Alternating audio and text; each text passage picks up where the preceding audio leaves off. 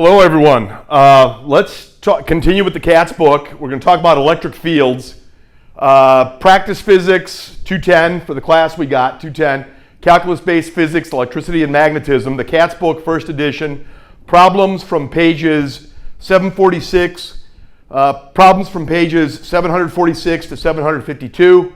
These are all the problems that you'll see scrolling at, the solutions to all these problems you'll see scrolling at the end of the video. I'll do as many of these in red as I can. If by chance I were to fall short, everything is going to be scrolling at the very end. I'll try to do my best to do these in red, and then all of these for sure, regardless of circumstances, all of these for sure will be scrolling at the bottom. Let's start with problem number 6 and take it from there, guys.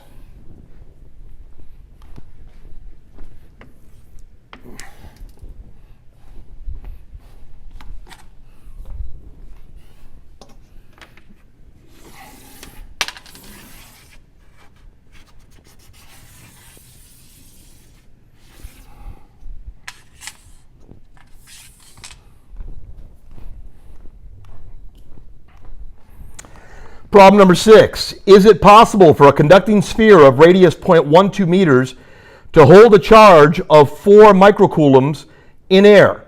The minimum field required to break down air and turn it into a conductor is 3.0 times 10 to the 6th newtons per coulomb. So let's see if that can be done.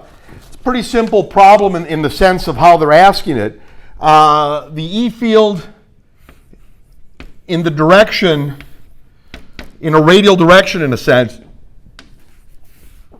is K big Q small q over R squared divided by small q. Remember, the E field is essentially the force divided by Q. So if you've got K big Q small q over R squared,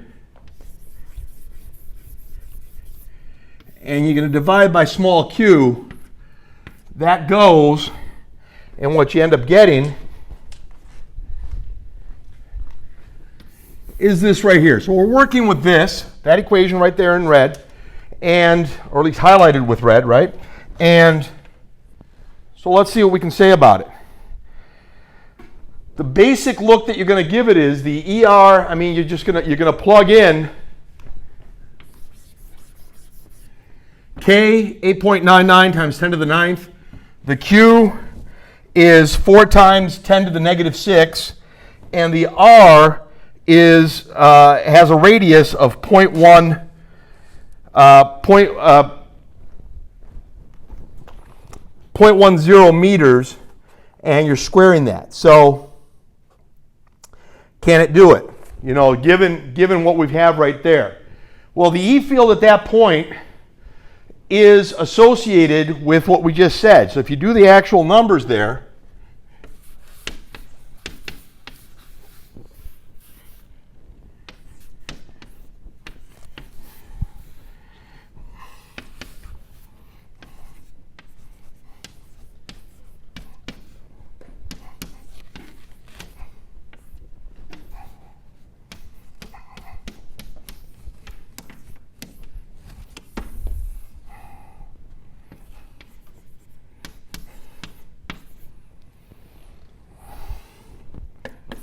well, what you got is the E field that is present at that location is this. That's in excess of what it takes to turn air into a conductor.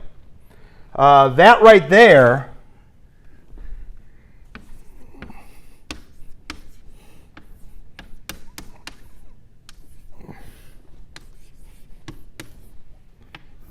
is definitely more than 3 times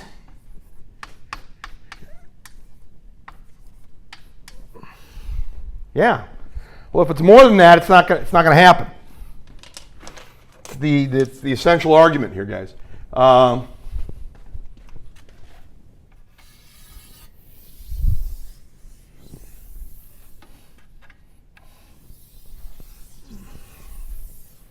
Yeah, that's definitely true. I mean, that's what we got. So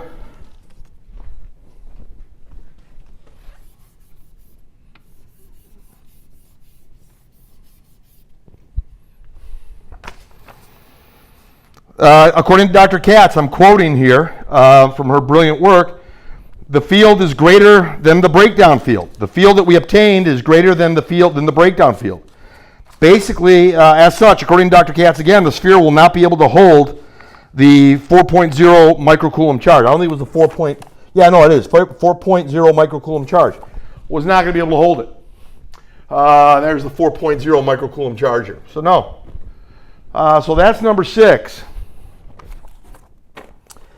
Let's go to 14. A particle with charge small q on a forgive me, let's try one more time. A particle with charge small q on the negative x-axis and a second particle with charge 2q on the positive x-axis are each a distance d from the origin. So one's a distance d in one direction, the other one's a distance d in the other direction. D plus d is a total of 2d from each other. Where should a third particle with charge 3q be placed so that the magnitude of the electric field at the origin is 0? So we're saying charge q. They're not really specifying here, so you got to kind of use Occam's razor. You can pretend they're just positive charges. If they're negative charge, basically the charges all have the same sign. That's the assumption that they're asking us to make. Perhaps it would have been better to actually say that more explicitly, but that's the assumption I think we have to make when we're doing this. So, our drawing's in order on this one, and we'll see how that would actually work.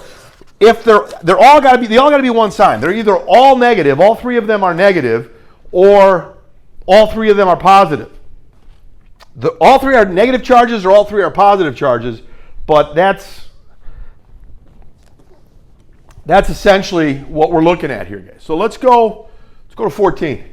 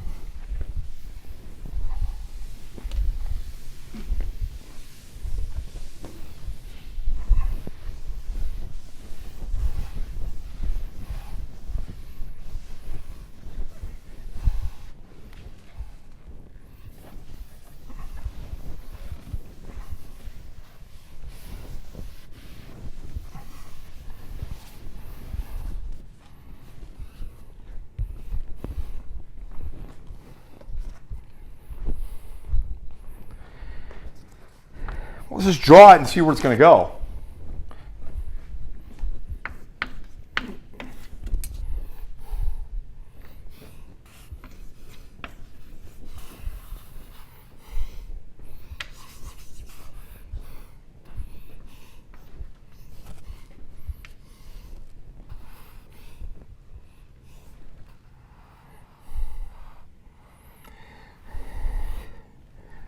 See exactly what we're going to do here, guys. I a little bit jumped the gun here. Let me go with what I did for now, and I'll explain to you why I did what I did. I am hypothetically going to place 3Q right here, and I'm going to explain why I'm going to place it there. It's on the negative axis. It's the furthest away from the origin of all three particles.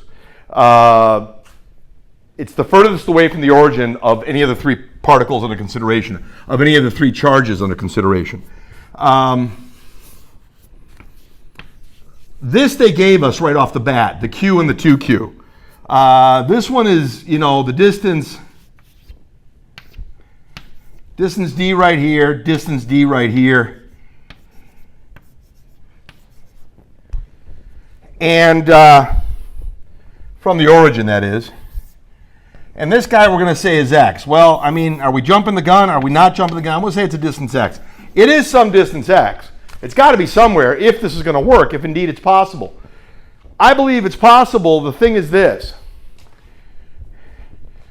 2Q is a big charge In fact, twice as big a charge as Q is.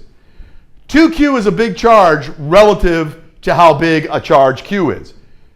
2Q is a relatively big charge when compared to Q, and right here at the origin, you're not going to have a net electric field that is going to be zero if you have just these two charges under consideration. This will overpower the situation. You have to counter that. Well, you can counter it with the 3Q, but that better be pretty far away because it'll overpower the situation in the other direction if it gets too close. So our guess is you got to put it right about there.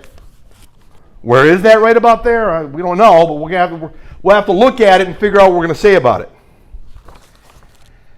So what we have here, let's get the E field. They add up like vectors, just like forces add up. K3Q over x squared. Its E field pushes this. We're going to assume they're positive. It just as easily works if they're negative. It works the exact same way. In fact, the numbers are going to be exactly the same. If these were negative, the net would be this way. Well, it's another, it still would be that way. If these were both negative, then there'd be more of a pull this way. This negative guy would have to pull him that way. His location's still the same. Mathematically, it works out the same. Again, I wish there was a little more specificity sometimes in the way problems get asked generally in many books, so to speak. K times the quantity 3Q over x squared.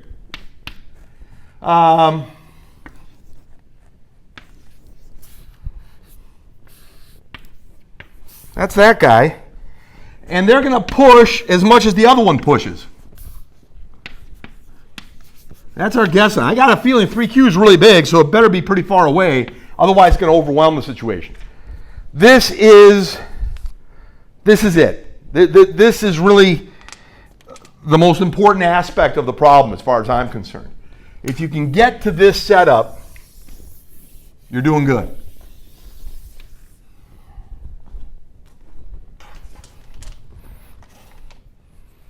If you can get to that setup, you're doing good. I'll tell you what. What do you say we divide by the product KQ on both sides of the equation? Here's the equation. Let's multiply, let's divide by the product KQ on each side. Divide by KQ right here.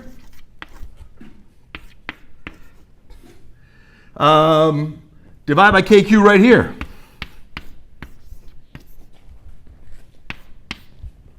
Divide by KQ right here. Absolutely. Well, let's keep working. Let's subtract 1 over d squared on each side.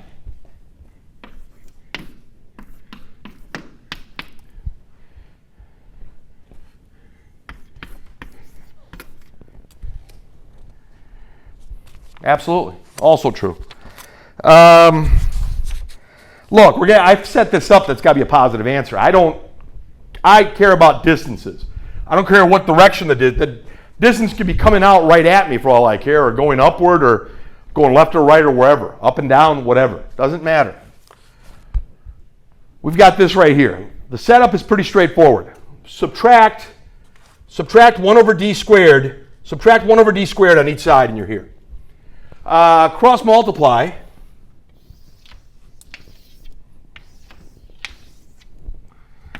You get x squared equals 3d squared.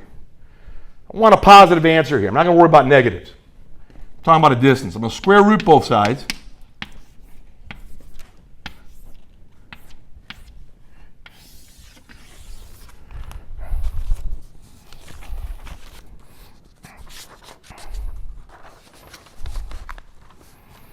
I want the absolute value on that.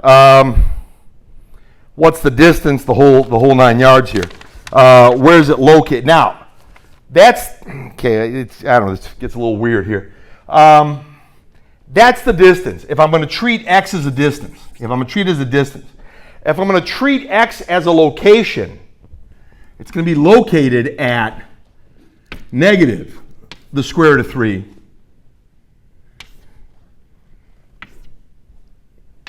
You know, if I'm going to treat it like a location, it's going to be negative the square root of 3 times d, comma 0. Negative the square root of 3 times d, comma 0 is the location where it's going to be. So watch out here. I solved it more like distances, but in the end, how are they asking it here? Where should a third particle with charge 3q be placed so that the magnitude of the electric field at the origin is 0? It should be placed this far away to the left.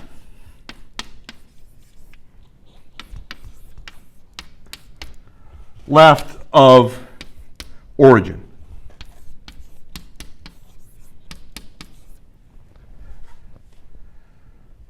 To the left of the origin.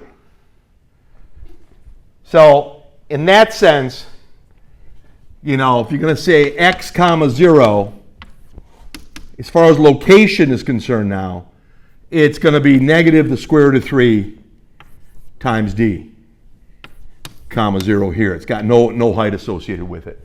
So just watch out. To the left of the origin, so you can kind of write it, forgive me for playing musical chairs here with the letter x, it would be, at that point, it'd be negative square root of 3, as far as location is concerned, negative square root of 3 times d. So it does have to go further away, and it does have to go over. Okay. My notes should show that pretty well, at least as well as this, maybe better. So, but you'll see what the notes do that we scroll. So just watch out. They're saying, where should it be located? It should be located at a distance, square root of 3. It should be located at a distance, square root of 3 times d. Where? Absolutely true, from the origins. A distance, square root of 3 times d from the origin. In what direction? In the negative direction. And that's where that's where the negative square root of 3 times d comes in. That is 14. Let's go to 17. For 17, there's a particular figure that they give us, and we'll talk about it when we need to. Shows a dipole. If the positive particle has a charge of 35.7 millicoulombs, and the particles are 0.256 millimeters apart, what is the electric field at point A located 2 meters above the dipole's midpoint? Okay, so let's talk a bit about it and see what we can do.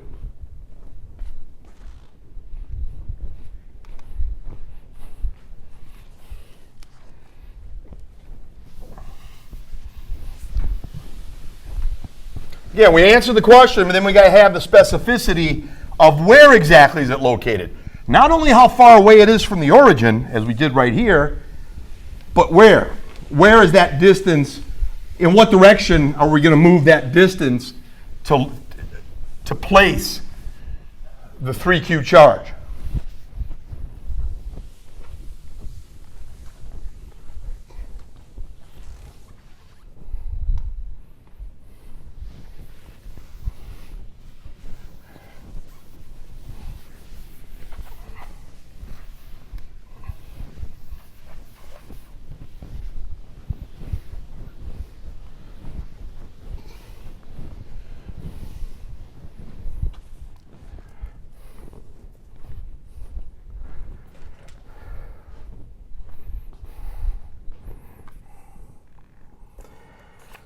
$14.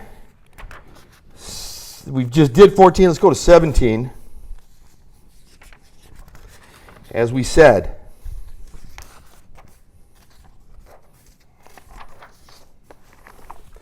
so they got the dipole, a lot of symmetry here, opposite signs, and let's just kind of take a look at what we want to say about it.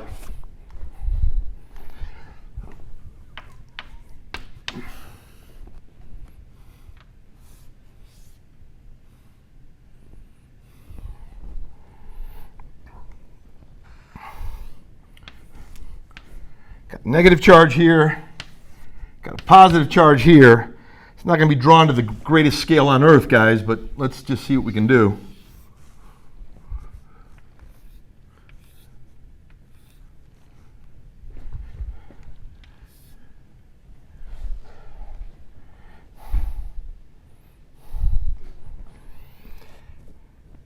There's kind of the midpoint of the whole situation right there. They're a total distance d apart. So this is d over 2 to get to here, and this is d over 2 to get to the other one right there. Here's the point under consideration, point A. I guess there's a distance here. It's the same exact distance here. The drawing is not great, but let's hopefully visualize it somewhat. That's theta. This is a height of y. These distances are d over 2 for there to there. Yeah, we know a lot. There is a field that'll. It's not going to be a great drawing here. Should have maybe made this a little smaller, but it's neither here nor there. I think we're going to be okay. There is a field. The positive guy, a positive test charge here, would get fired this way, and the plus would the plus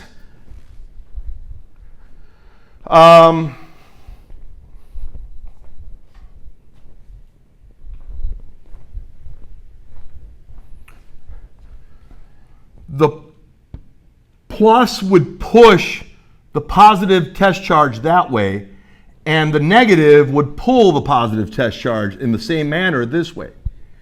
Well, you got two items here. I mean, if you take a snapshot of it,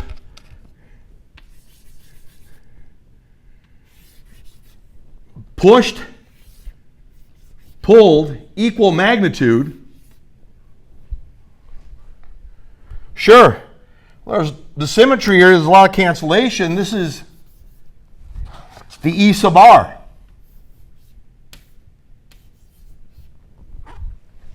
The E sub r is right there.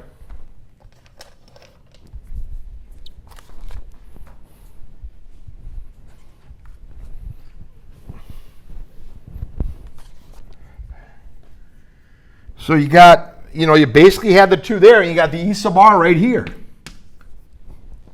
Looking like that. Well, what's going on here, guys?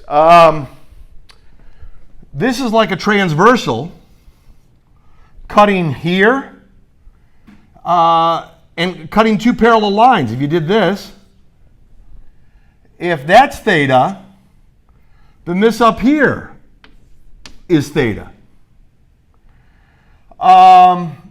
If this is theta, the alternate interior angle is also theta. So they're doing something like that. At the end of the day, let me just, again, enlarge this a little bit here, guys, so we can see it a little easier. From the theta, from the similarity associated with two parallel lines and transversals cutting them, alternate interior angles are congruent and corresponding angles are congruent, and it's all there. That's it. It's kind of the hardest part of the problem. Essentially, that's the hardest part of the problem. Note the symmetry where the y components cancel out. I mean, there's a y component, there's y components going down this way. There's a y component, there's a y component going down this way, a y component going up. They cancel, and this is it. That's going to be the ER. Well, what's that going to be? Just get the two horizontal components and add them together, and you're done. They cancel out, and the ER is along the negative x-axis completely. It's going in the negative direction. A lot of ways to look. Let's look.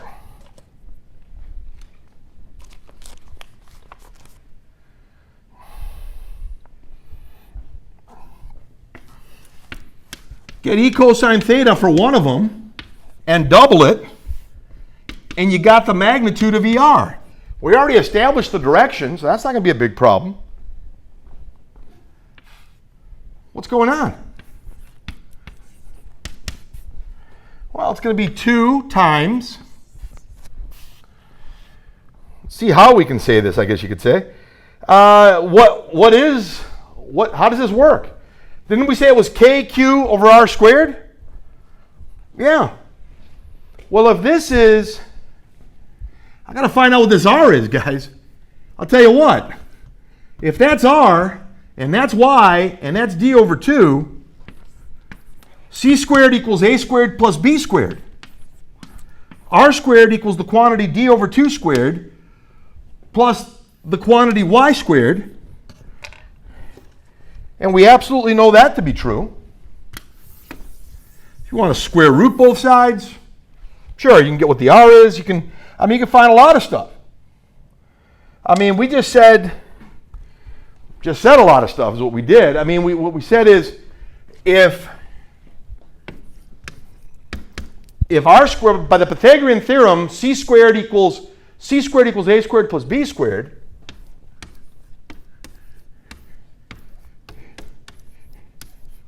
absolutely true. What's R? Well, if you were looking for it, they're not really asking you for it, but that'd basically be just the square root of this as far as the length under consideration.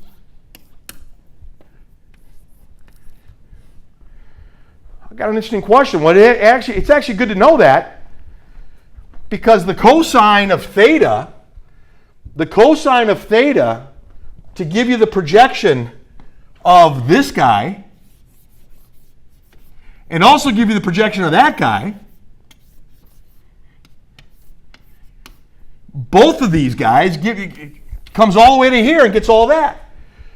You go E cosine, 2 times whatever E is, times the cosine of theta. Well, wait a minute, the cosine of theta is adjacent over hypotenuse, that's D over 2.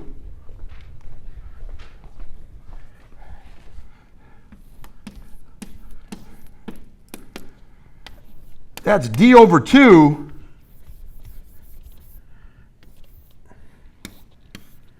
divided by R.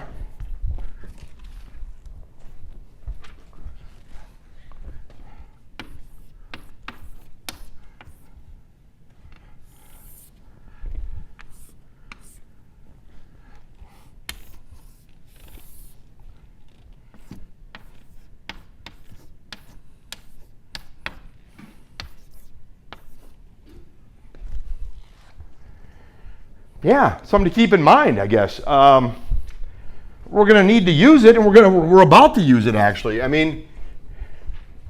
Once again, we do know this. If you square root both sides of the above equation, you have this. And if you go opposite over the hypotenuse, the length of the hypotenuse, you've got this. It's equal to all that, which is what this is. Absolutely.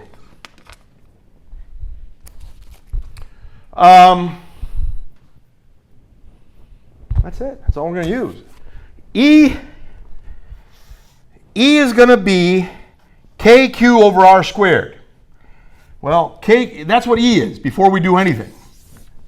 That's KQ over R squared. Well, K is 8.99 times 10 to the 9th. A lot of times they'll just call it 9 times 10 to the 9th. But this book calls it 8.99 times 10 to the 9th. I'm sure that's more accurate, so we have to stick with that. We have to kind of use the language they're using, guys, to make this make sense.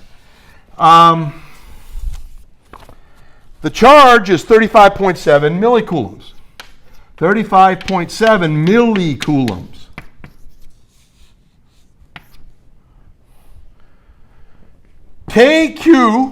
KQ over R squared.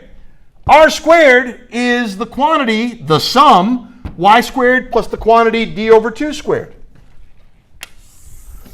That R squared is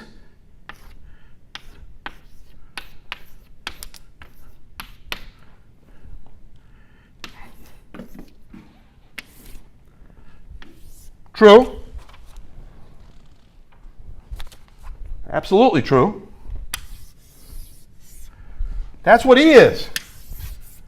This is what E is. You double it, and you multiply by the cosine of theta. There's your cosine of theta.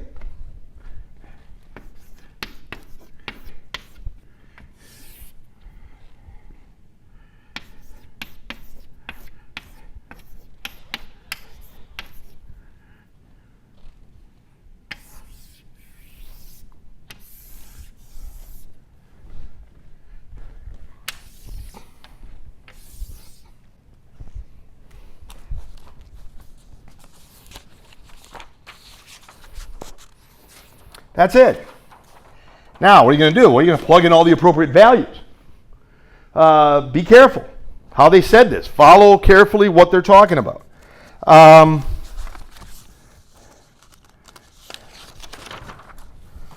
Flat out in that regard, so how are we doing this?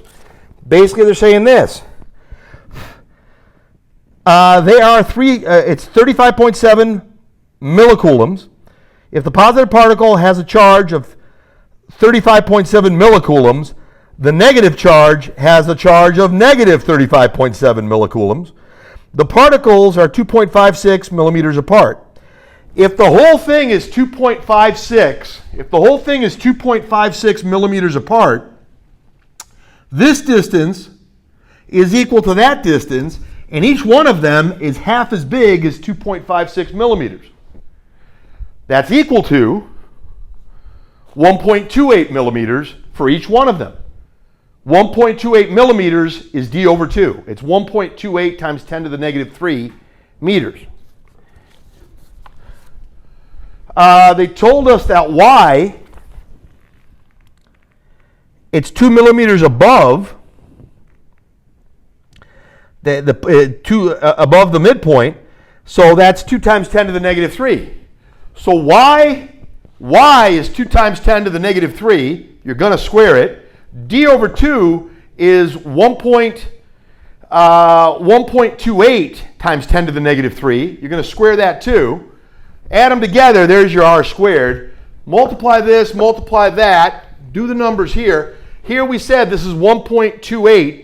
Here you don't even have to make the conversion because it's millimeters over millimeters, so it'll cancel out anyway, but let's stay consistent anyway. This is 1.28 times 10 to the negative 3, and this is the square root of the sum, 1.28 squared plus, the square root of the sum. So this will be 1.28 millimeters, 1.28, and you can just leave it as millimeters because millimeters divided by millimeters is going to cancel out, but let's not, just play it safe.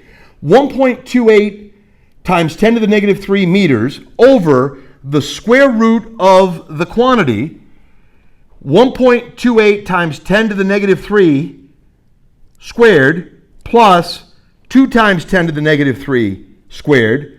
That sum, square rooted, is the bottom. This, as we said, was the 1.28 times 10 to the negative 3. Do that ratio, that's the cosine of theta. All right, guys, it's a little bit of a mess, but we know it's going to the left. Everybody's going to the left here on that. So what we have here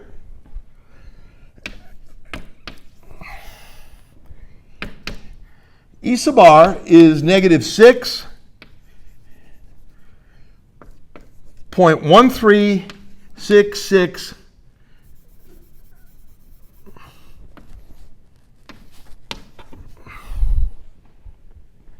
times 10 to the 13 newtons per coulomb.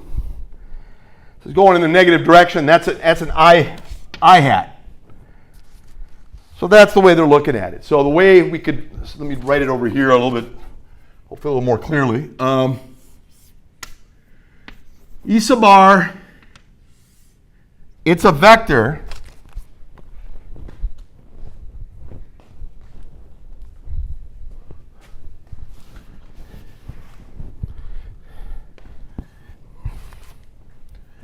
what we got here? We got E sub r vector is, they round it a little bit.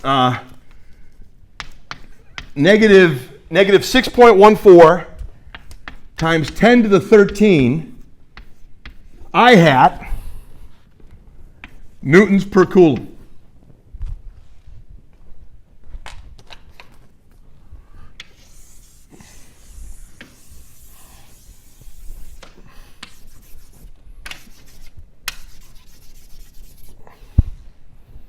And there's your answer on that. It's negative, so it's going over to the left.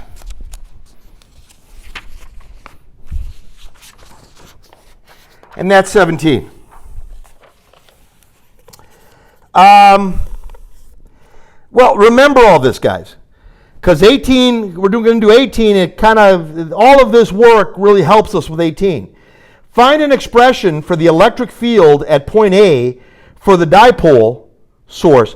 Find an expression for the electric field at point A for the dipole source shown in the figure that I drew, let's say. I mean, it's a pretty decent drawing. For that, so find an expression for the electric field at that point and show that when Y is much, much bigger than D, the electric field is given by E vector is approximately equal to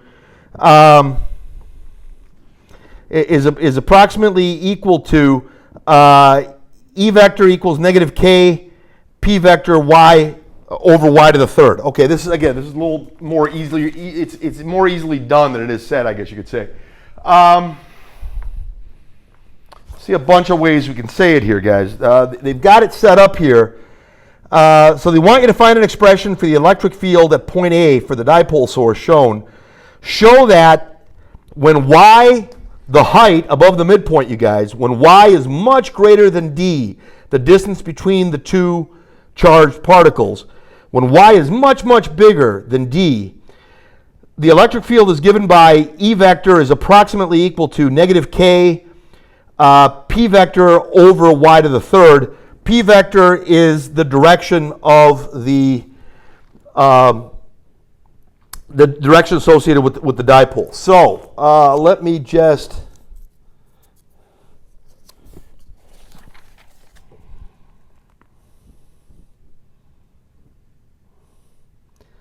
the electric dipole moment P vector is a vector pointing from the negative charge toward the positive charge.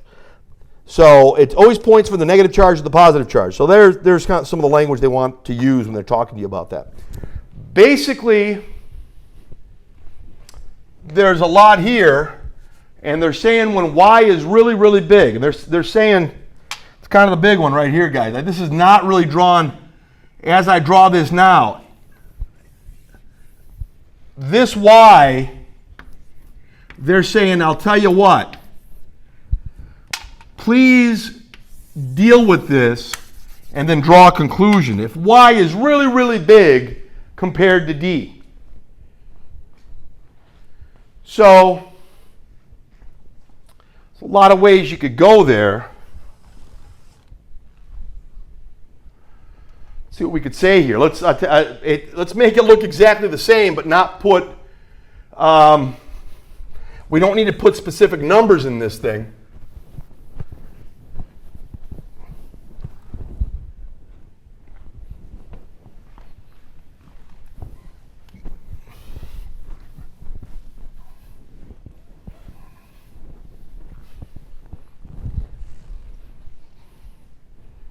Okay.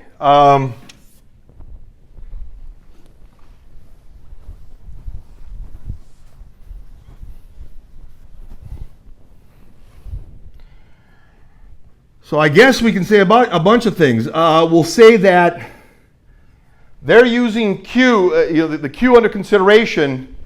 We'll say this guy's got a charge of Q, small q. I'm going to just use their language. Typically I use large Q sometimes, but it doesn't really matter. See how this is working, guys. We got KQ over R squared.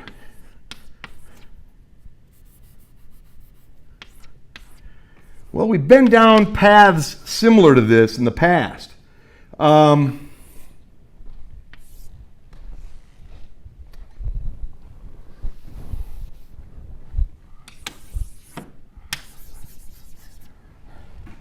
That's the cosine, and we've done the whole song and dance on that.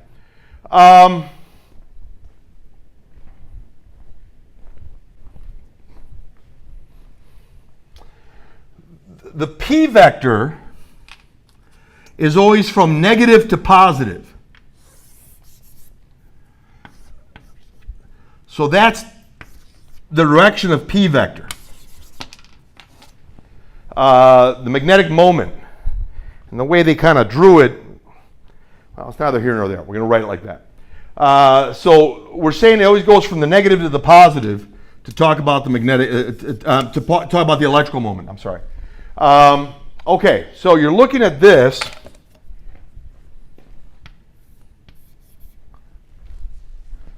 What do you want to say?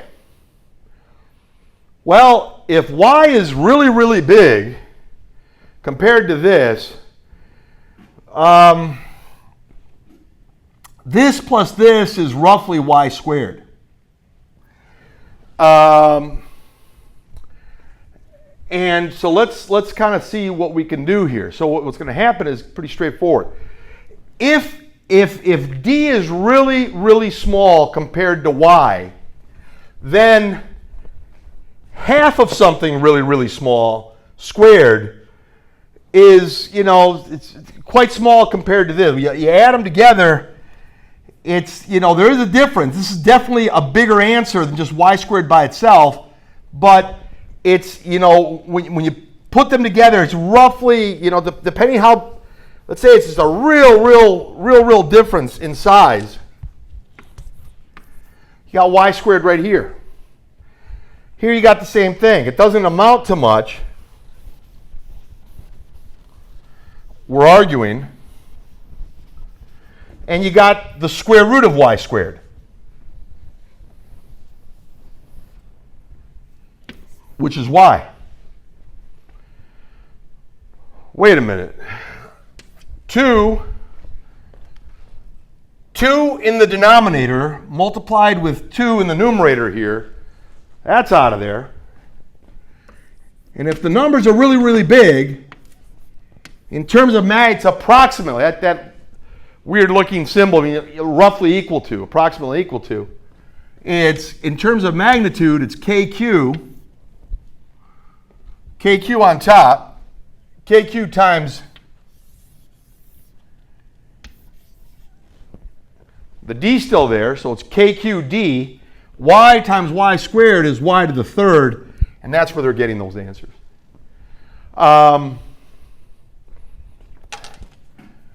Q times d, it goes from negative to positive. This is the magnitude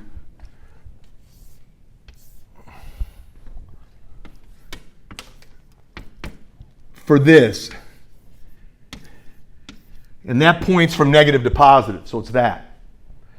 We already figured out what the answer was before. All this tug of war and all this business that we were doing right here, at the end of the day, that thing went contrary to what was going. Here's the plus. The plus pushed it that way tendency. The negative pulled it also that way tendency. And that's opposite to P vector. And that's where they threw that negative on there.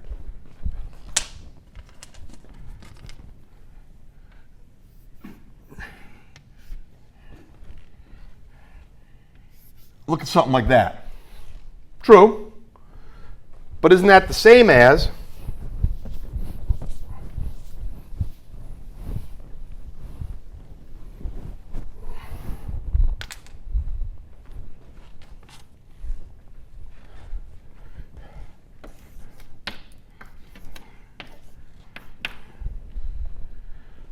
or roughly equal to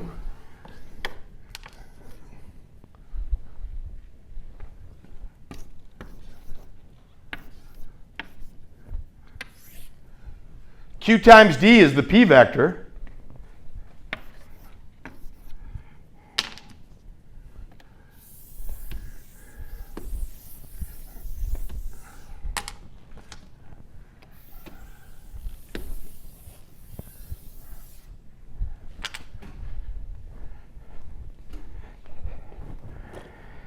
The argument. In the notes, I have the exact same thing, guys. So it's coming out to about that for 18.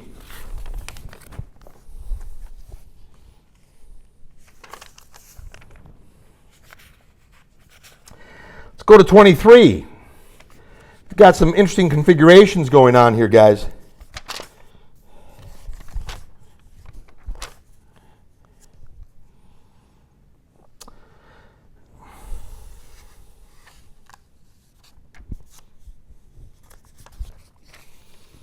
All right, let's go to 23. 23, a positively, let's have a look here, guys. Problem number 23, a positively charged rod with linear charge density lambda lies on the x-axis. Find an expression for the magnitude of the electric field at a position P, a distance x away from the origin, and on the x-axis where x is greater than L. So it's a distance x and x is greater than L. This is, like I said, more easier done than said, you guys. Just to catch some of the problems here. I'll go through the problems that I had said. I'm trying to remember some of the other problems I said. The last problems, 81 and 82, I will leave that to the notes, you guys. I may have marked that down. I may not. I can look at the film later on. It's neither here nor there. You are going to have access to 81 and 82, but I'm going to leave it just in document form. And it'll scroll at the end of the discussion that we're doing today. Now, first things first on this. For problem number 23, they asked, give us a general formula for what is going on there. They are asking us. So, a lot of ways, number of ways to do this. You can almost, if you're just looking at the book, you almost don't need to draw it. But since we're doing this more or less, we're trying to do a lot of this stuff on film, you guys. Let me try to write as much as I can. Let's go with the drawings whenever we can, whenever it's applicable for us to do so.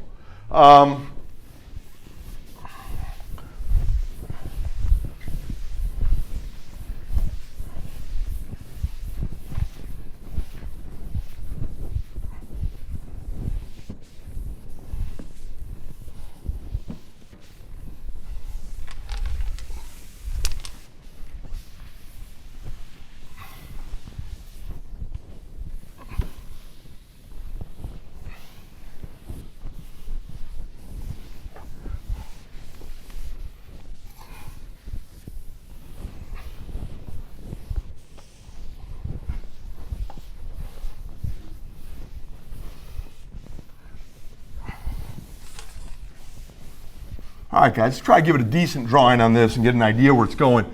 Again, sometimes the specificity of what could be said is lacking, and that I'm as guilty of that as anyone else when we're doing something like this. Sometimes there's only so much you can say because you don't have a lot of time to say certain things, guys. So you're assuming people are kind of looking at the context of the problem and kind of making the conclusions there. This is one such problem. The way it's drawn kind of speaks to it. Find an expression for the magnitude of the electric field at a point P, a distance x away from the origin where x is bigger than L. There's essentially classic calculus problem associated with this.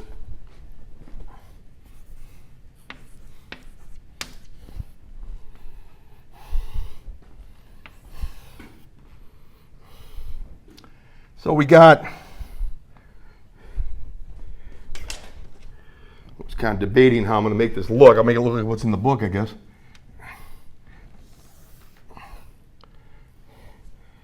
Okay. From here to here is the length of L, capital L. There's a point P here.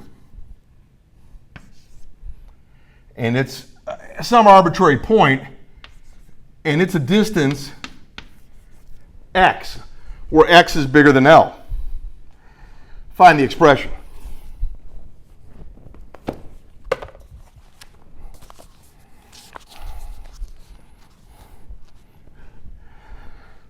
Well, what do we got? There's a lot going on here, guys. If it's uniformly, I think they said uniformly charged sphere. A positively charged rod with linear charge density lambda. Okay, we could assume it's linear. We can assume it's evenly charged, so to speak, everywhere. Lambda is the total charge divided by the length. Yeah, you can also just say basically if Q is a function of L, the amount of charge that's on there, as you proceed, you're gaining more, there's more charge being added. How much charge is present up to this point? Well, how much charge is present if you go twice as far? If you go twice as far, you have double the distance, there'll be double the charge.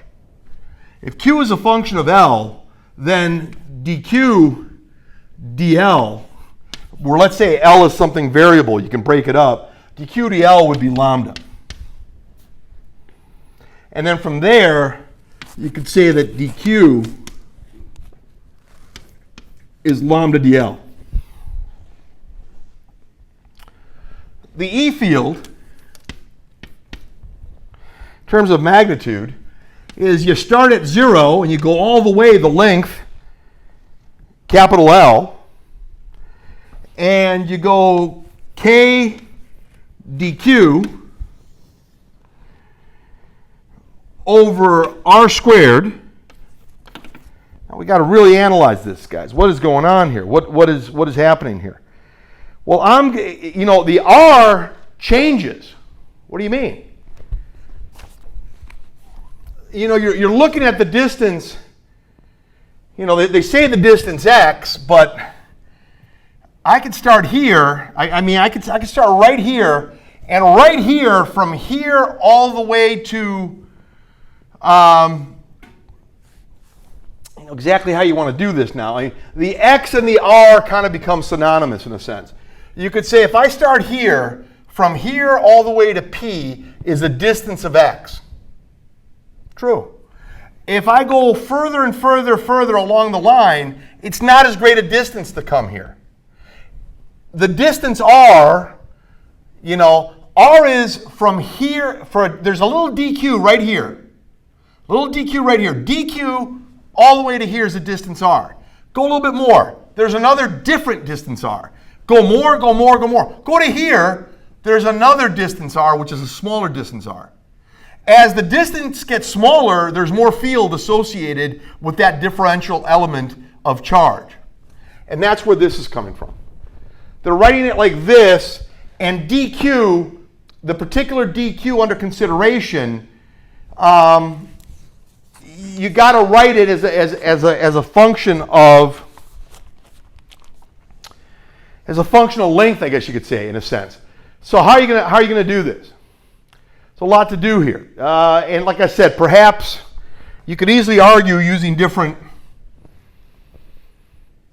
You could use a lot of different notation here, guys. But let's stick with what we got right here.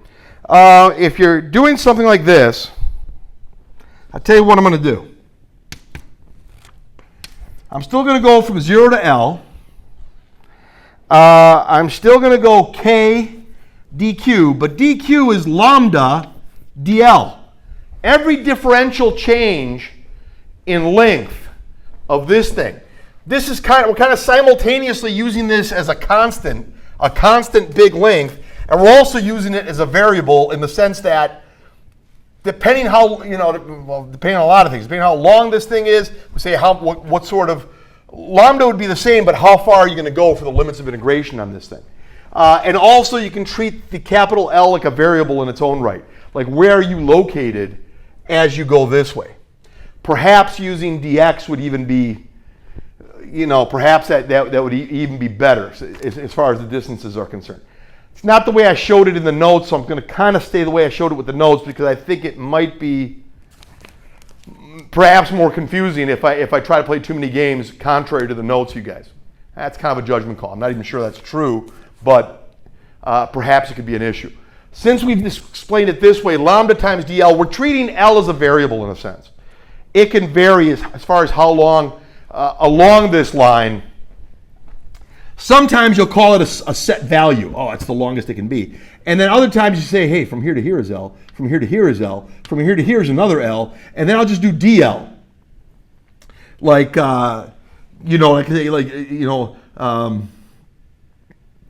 L2 minus L1 is delta L, which is like DL. All right. The big thing is, what kind of distances are we talking about? The distance is this. The longest distance you can have is x. See, you're kind of caught. using one of them as a variable, even though they're both being presented to us as constant values for a particular situation. So you have to be a little flexible in your discussion there. Both x and L are kind of have a constant association given to them. So watch out, but they don't have to be. You know, you can kind of go back and forth as long as the mathematics is sound, you guys. The greatest distance you can have is from 0 all the way to x. Well, x minus 0 is x. Here, if you go a distance L, x minus L is that distance. Right, if you just went a little bit here, and that was like some distance L, or small l, or maybe you can call it small l. Yeah, better way to do it. That would be the way it would work too. Perhaps a small l would have been fine. Let me leave it like this because I want to stay consistent with the notes, you guys, for better or worse, I guess you could say. But if you want a distance L here, that distance here, subtracted from this whole thing minus just this, will give you a different measure. Yeah, as you go from 0 to L, x minus 0 is x on the small side. X minus capital L on the very, very long side is what we got there. So still, the more I do this, the more I want to sort of associate this thing a little differently, you guys, as I'm doing this. But so you got this right here. If we're sound with the mathematics, it doesn't really amount to too much of a hill of beans, guys. 0 right here, x minus 0, that's big, it's x. Way all the way to here, x minus L, that's smaller. How much smaller is that? That's just this distance. That's x minus L. Because the whole thing is L, and then this whole thing is x, and that whole thing is L. X minus L is just this. Well, that's a smaller number.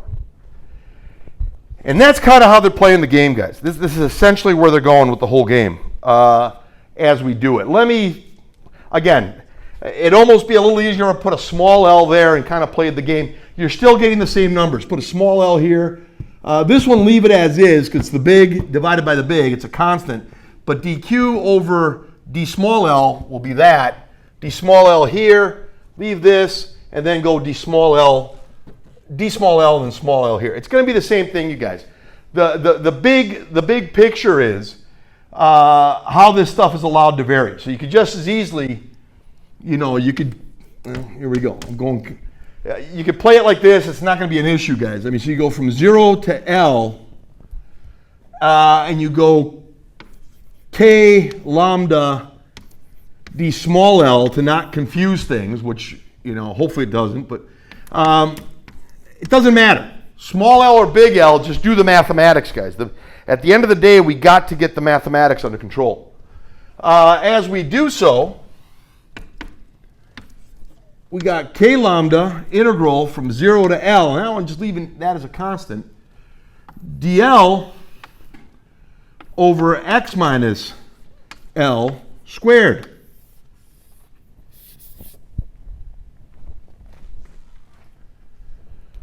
So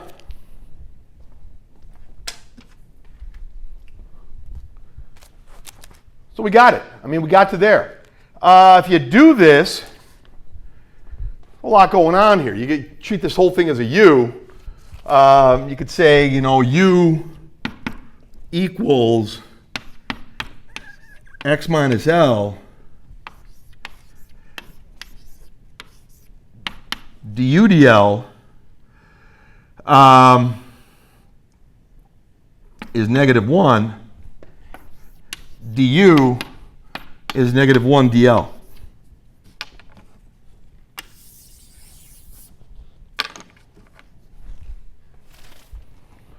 Yeah, and then I could just say, okay, well, that's going to be k lambda integral from 0 to L.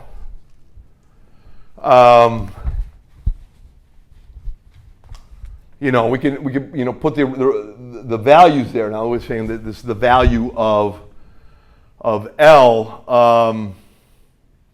how this is going to play out actually is its own very, very interesting story in its own right. What you're going to do is, let me come back to that actually. That's negative 1 dl, negative 1 dl.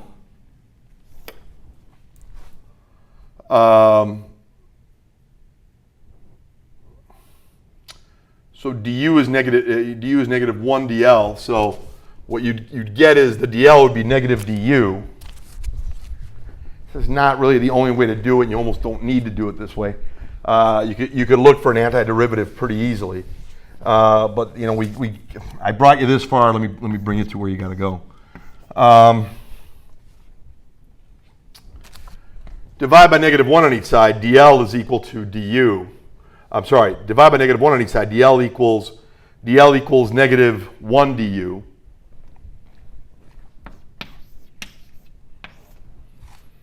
Over u squared. The u's are x minus L. The way that's actually working is its own kind of dynamic. X minus L, so you're saying u would be at 0, this would be x.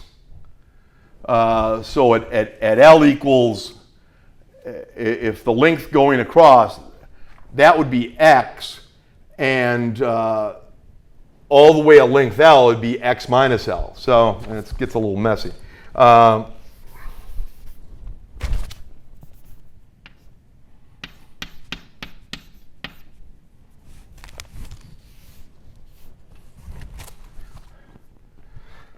So let's see here. That'd be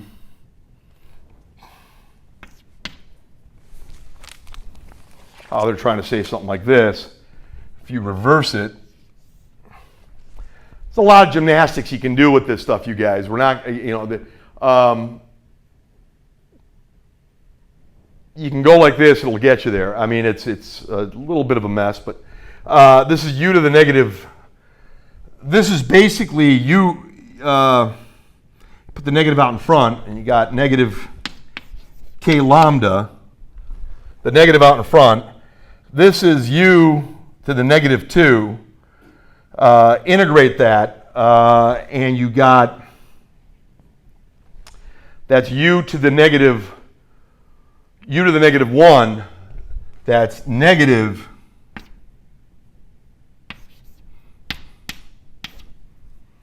u to the negative 1, which is k lambda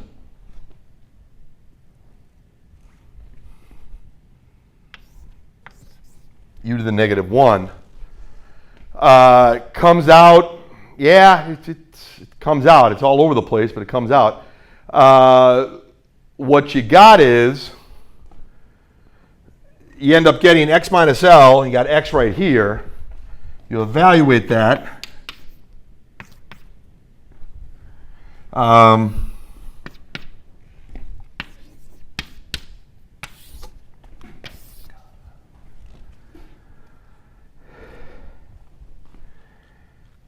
So you got 1 over x minus L, 1 over x.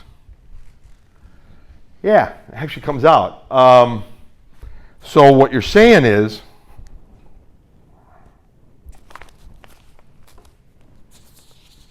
at the end of the day, that is what it is. I mean, what you can do is, and like I said, I'll show you maybe an easier way we could have, perhaps a little more intuitive way, just looking straight for the antiderivative as is.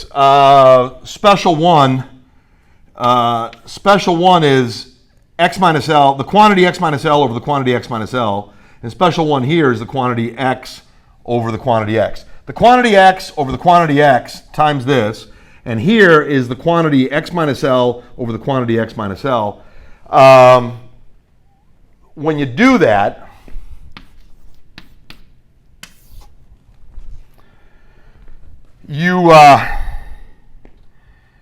what you get is kind of interesting. I mean, you get x over, well, you're going to have the common denominator finally at the end of the day on this thing. You're going to have x x minus L. That's common denominator. You got x over x times the quantity x minus L, and you have the quantity x minus L over the quantity x times the quantity x minus L. Well, okay, this is x minus the quantity x minus L is L.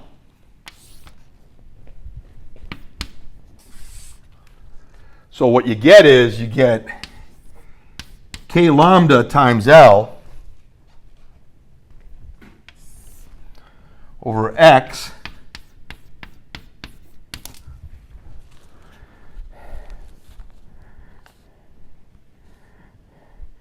yeah, and there's I wrote it different ways in my notes too, but no big deal. This is fine.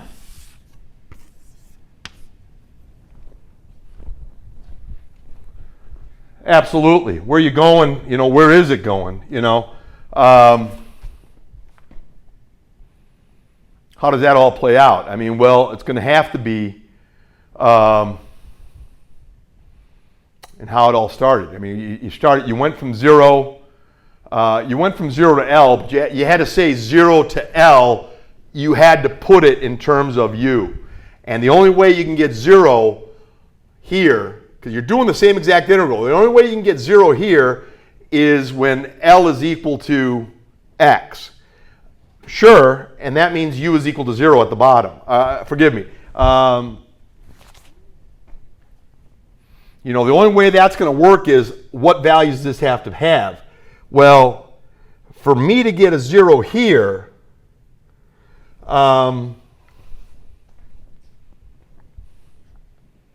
just try to actually see exactly how I want to say that, you guys. I mean, we got a 0. Yeah, you're integrating with respect to L, and dl is going to be equal to, okay, now, okay, work with that. From L being X to L being that, yeah, it'll work out. I mean, what you're plugging in here,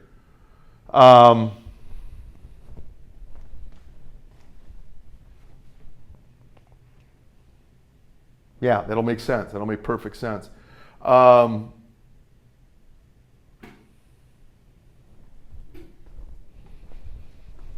You know, how will you get the U to be what you need it to be, guys, and stuff.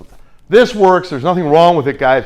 I'll be honest with you. When it's something relatively basic like this, there's a lot of contemplation that goes into this, you guys, when you're doing this. And obviously, I don't want to put you through the whole contemplation of what we do it on film, but this is the right answer. We did it fine. I guess we're translating what dl would be. Well, tell me what the L value would have to be for these limits to be right. For you to get 0 using U's, the L value would have to be X, and it'd have to climb to X minus L. Yeah, I think I got, that's fine. There's nothing wrong with this. This is correct. Personally, my preference on the whole process is, this is great. It works. We can do it. Why don't we just come right back to here and say, can we figure this out? Can we get an antiderivative of this thing and just make it work? Well, yeah, I think we can. I mean, this is the quantity x minus L to the negative 2. How about you take the quantity x minus L to the negative 1 and get its derivative with respect to L? If you do,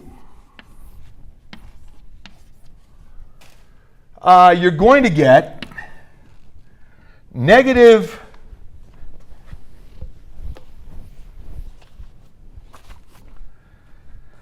-1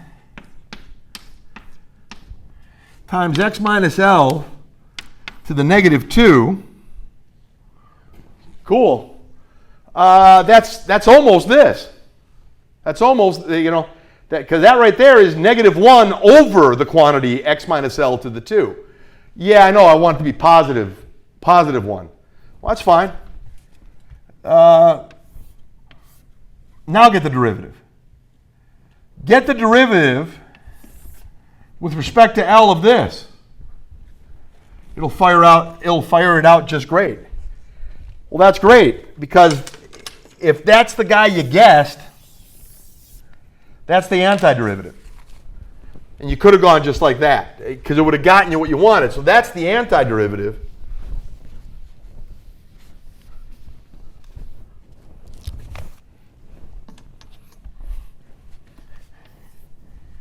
So what do we got? We got, well, we just said it. I mean, we got this over x minus L to the 1, or negative 1. We already said that. It's the same as negative 1 times x minus L to negative 1. Okay, whatever.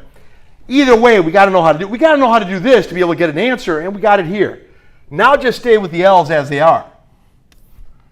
Go, you know, we got the k lambda at the end. We'll throw the k lambda on top of everything at the end. And what you end up getting is you got negative 1 over x minus big L. That's a small number down here, which means this is a big absolute value, minus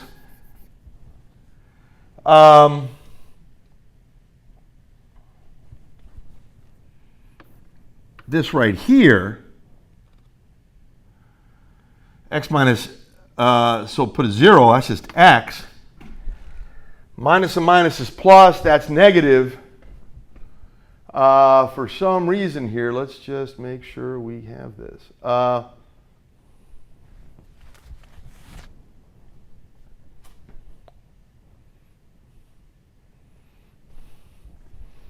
Okay, for some reason, guys, I'm having a little bit of an issue with this. Let me see here. I got this. Should come out, that'd be fine.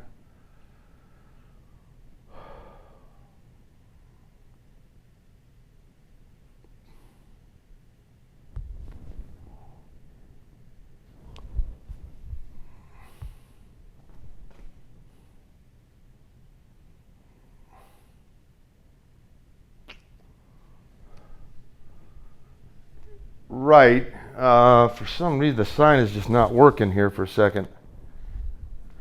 Okay, let's try to make let's make the sign work, but I think it's still a bit of an issue.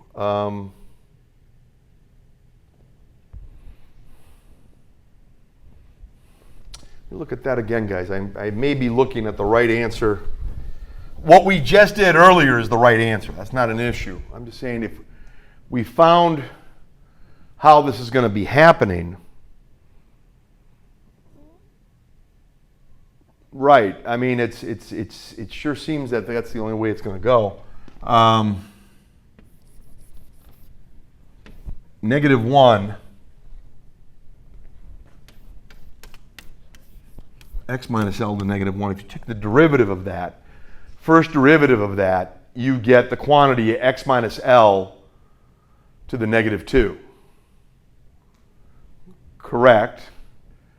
Correct. Okay, this is fine. I think what we got to do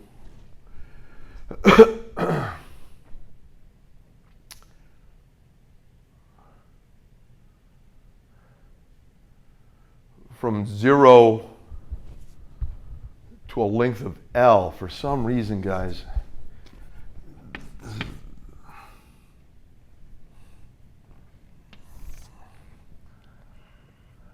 it's this right here. If you take it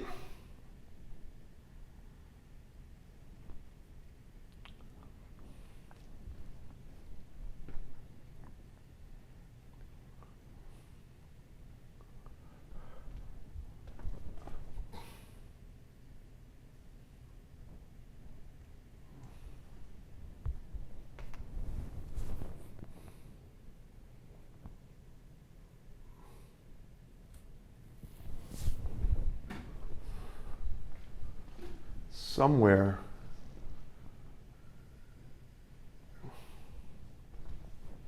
let's see exactly what I did. The notes aren't gonna. The notes are on. Me trying to freelance is not on.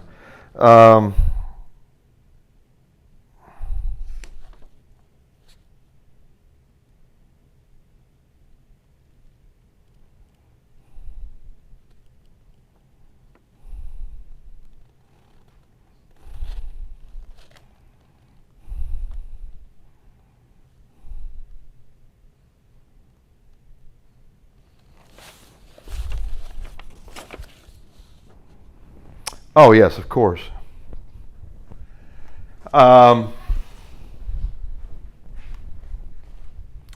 Yeah, not really. You got to use the chain rule.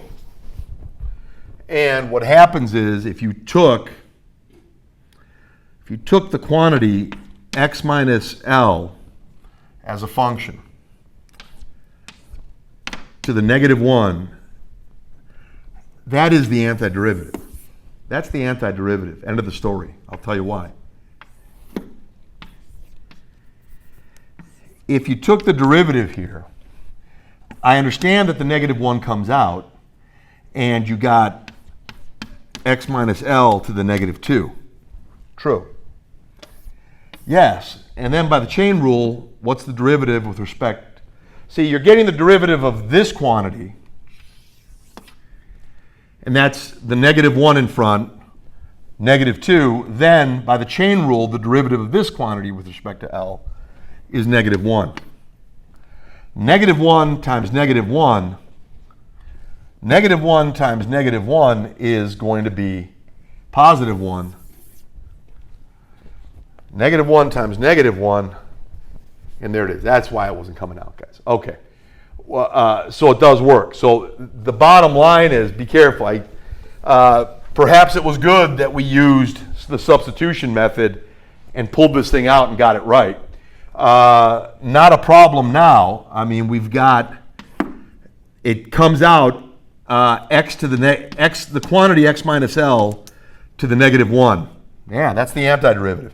Take the derivative of this guy, which is the same as the derivative of this guy is the derivative of the quantity x minus L to the -1. It's -1 times the quantity x minus L to the -2 times -1. -1 times -1 is 1, and it's the quantity x minus L to the -2, and it's that. If that's the case, you guys, okay, that was the problem. Go here. What you got is you got x minus L. If you for the L in here, put a 0 right here. You got this. We'll throw the k lambda onto all that in a little bit.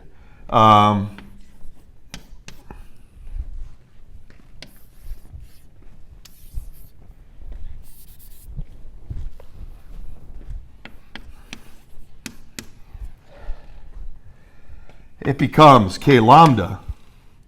This is x over the quantity x. This is x, special one, x over x. It becomes x over the quantity x times the quantity x minus L. Special one, the quantity x minus L over the quantity x minus L multiplied here. It becomes the quantity x minus L over the quantity x times the quantity x minus L. Well, we've got x times the quantity x minus L here. X minus the quantity x minus L is L. That, my friends, is identical to what we discovered over there. How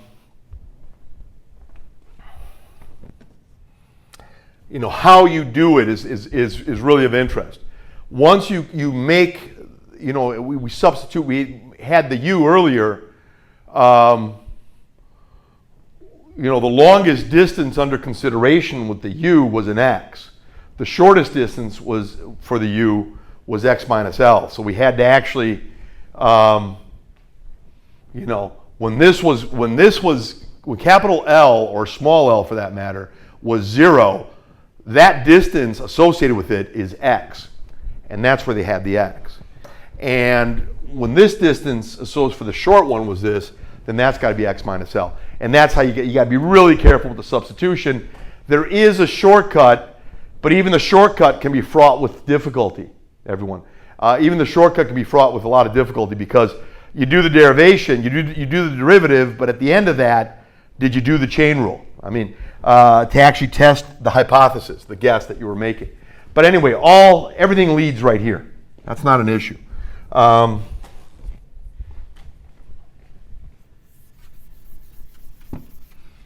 Everything leads right there, guys, and that's the answer, and that's how the notes play it out as well.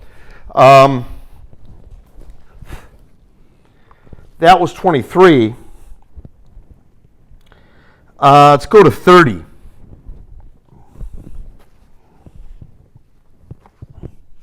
For problem number 30, find an expression for the magnitude of the electric field at a point A, midway between the two rings of radius r shown.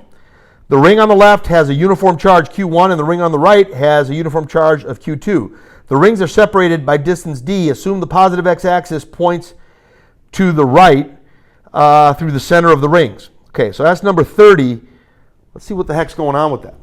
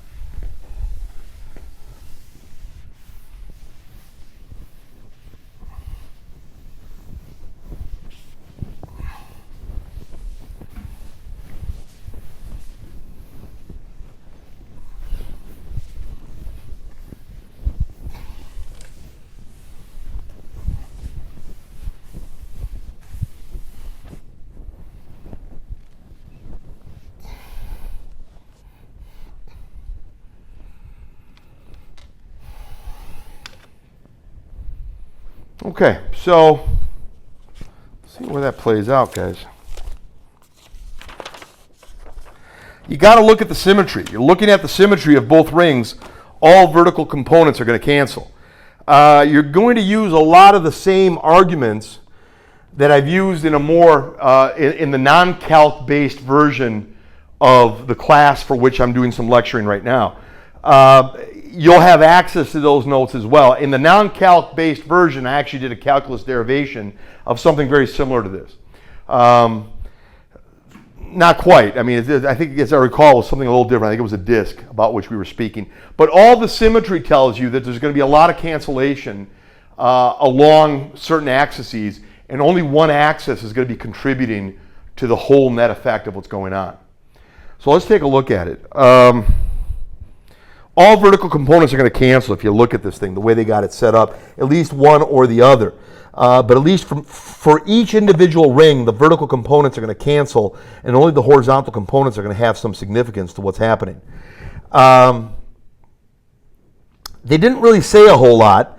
They didn't really specify. It'd be nice if they asked, maybe said a little bit more on this, but in the end, it may not mean a whole lot either. I mean, the Q's could be whatever you want them to be, as long as there's symmetry.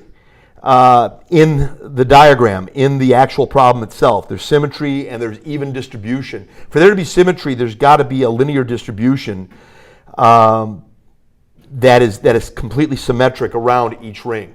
It can't be loaded heavily with charge in one part of the ring, but not in the other part of the ring for either ring. So, watch out for that. Let's look at this. It should be pretty straightforward. Let's give the drawing here. Many of these, while you do it and you have the book in front of you, you may not need the drawing, but oftentimes it's a good idea to have it.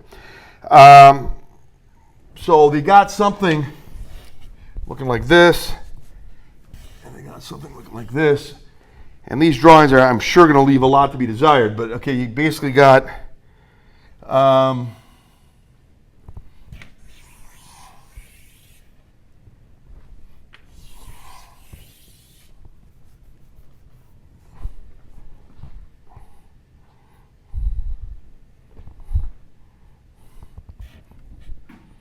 Let's see what we can do here. Go here.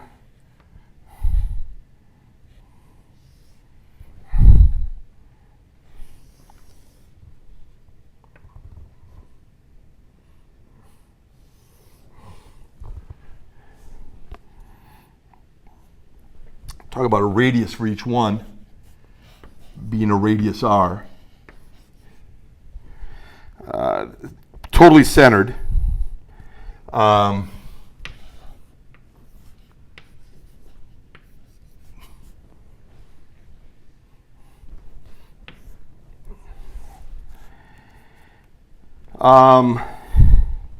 The distance from here to here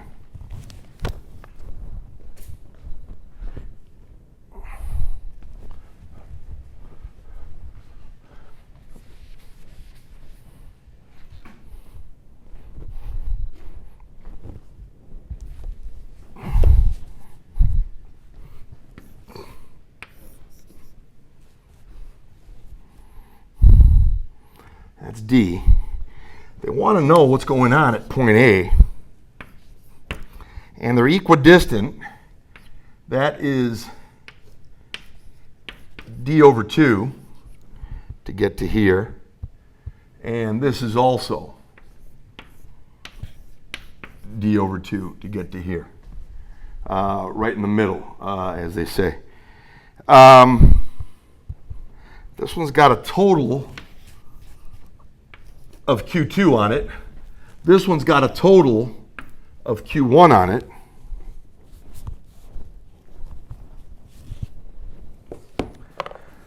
Looking at the symmetry of both rings, all vertical components are going to cancel, you guys. And that's, I mean, there's E field being shot everywhere toward this guy right here. Everywhere the E field's being shot this way. Yeah, but some of it goes this way, some of it goes that way. And you saw me do that with the dipole, how there was a cancellation when we had the dipole. It's not exactly the same. It is and it isn't. I mean, this way, some go straight down this way. Some goes at an angle this way. Some goes at an angle that way. On the other side, they come out. On this side, they go that way. But everywhere the components cancel except in the x direction. Same with the other one. And that's kind of the argument here when you're doing this. I guess you need a cosine, don't you? Yeah, you do. Cosine, huh? Cosine. Well, if that's the case, what kind of a cosine are you talking about? Well, if it's doing something like this, and it's hitting like that, there is an angle, theta, looking like that, which is actually congruent to an angle theta looking like that. Which is what? Well, it's the horizontal, which is D over 2, that length. This thing right here, and again, I should have gone right in the middle. I mean, that doesn't mean a whole lot, but it's the same argument, guys. It's the same exact argument. Let me just try to make some sense. All right, let's go this way. Here we go. Bam! It hits like that. The other one hits like that, and they're hitting like that, and they're canceling all over the place. Tell you what, I care about this angle. If this is theta, that's also theta. Great. If that length right there is D over 2, and this right here, and that's D over 2. This length is D over 2, and this length right here is R. Here's R. Here's R, you guys. Here's D, so here's D over 2. Here's R, here's theta. This is this quantity squared plus that quantity squared. We'll give you what that is. That's like some other R, kind of like R over 2 if you want, right? How are we going to do this? Well, okay. I think you get my argument. We're essentially, there's a lot you can say here. I mean, they didn't really say much, so you're almost assuming it's positive. Don't want to get into all the. I don't want to crowd the issue too much, you guys, regarding this. Let me think.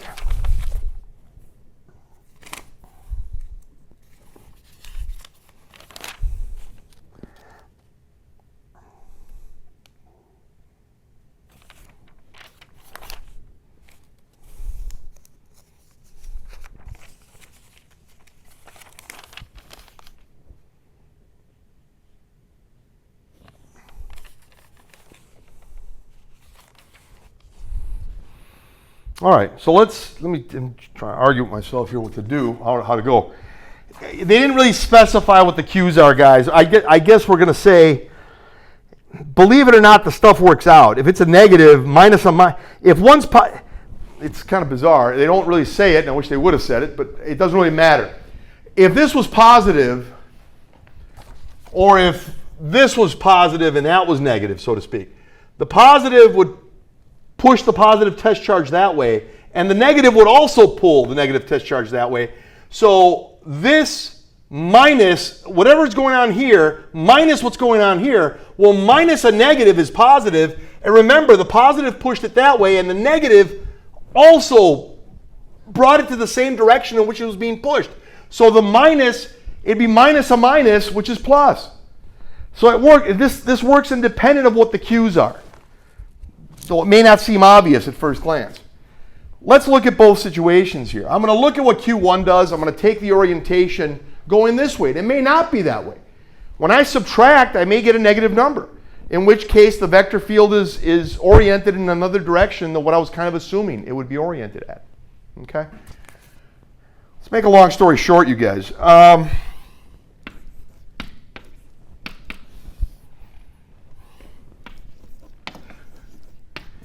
Based on stuff we've done, over the small r squared, which is what? Well, the radius squared plus d over 2, the quantity squared,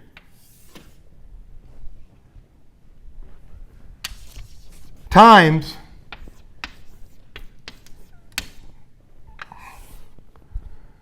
that, which is what? Which is, what do we say? What's the cosine? What is the cosine of theta going to be?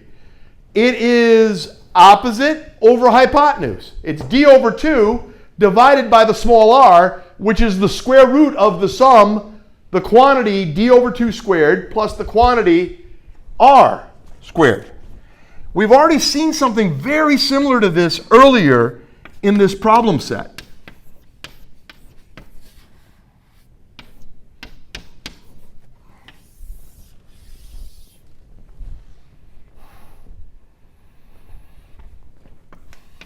Yeah, that's a true story. The other one's telling the same true story, actually. You subtract, and it's exactly symmetric. Why? Because the distances involved are the same. Look at the symmetry of the situation, and that makes this thing a lot easier to look at. That's for sure. Let's not say anything against that. Makes it a lot easier to look at when we do this. And it's this guy right here.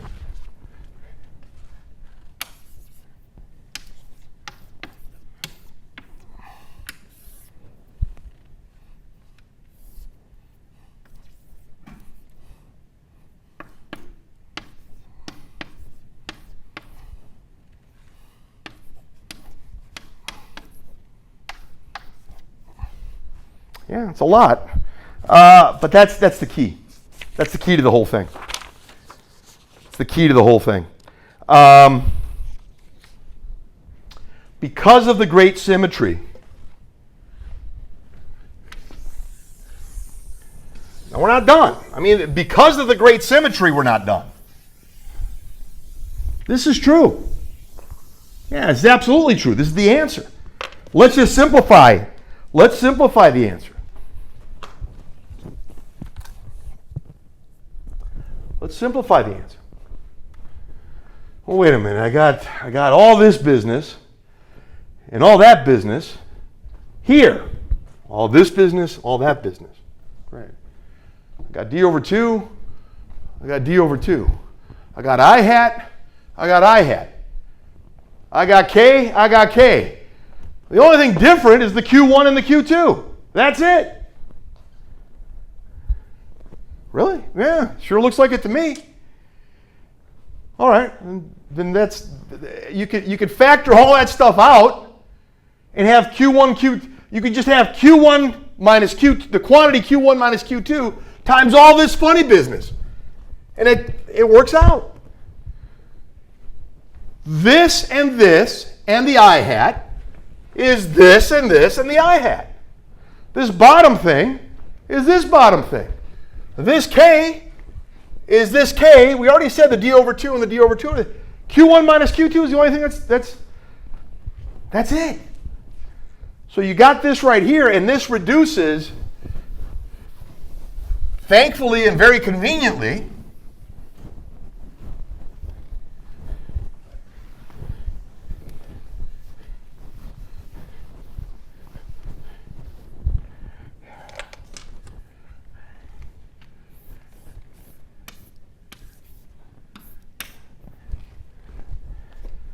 everything you got up there is there.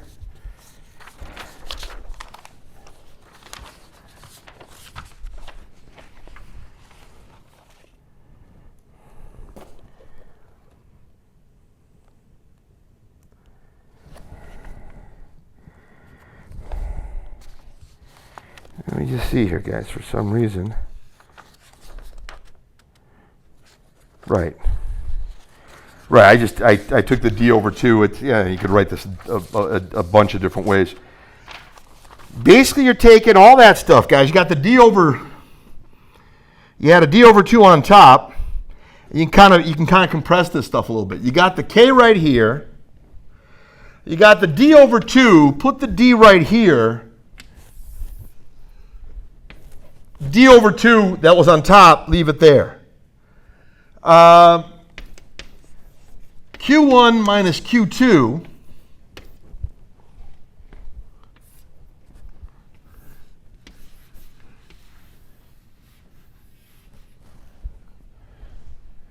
you got that right there.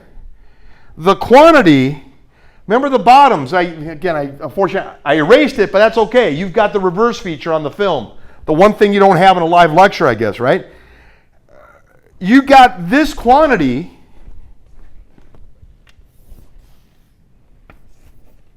R squared plus the quantity D over 2 squared times this quantity to the 1/2. Well, this quantity is the small r squared times the square root of the small r squared. Basically, remember we were saying you're trying to find what these are. And remember we were doing the cosine, we had the cosine of theta was the r, was the D over 2 times the square root of the quantity r squared plus D over 2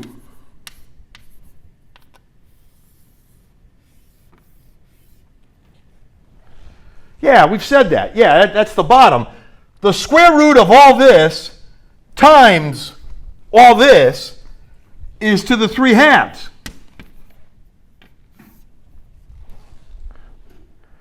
So I think you can write this. You can write this number of ways, guys. But the fact that we had, something like this.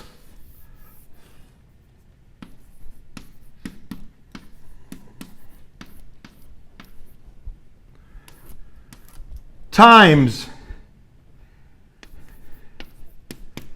well, wait a minute, this D over 2, this right here is this quantity to the 1/2. And this here is this quantity to the 1. 1 plus 1/2 is 3/2. And that's where you're getting this. So that's where we're trying to go with that, guys. Wanted to kind of just, it's not as obvious a move, I guess, to make. You got to do a little more tinkering with it to make it work. But that's not bad.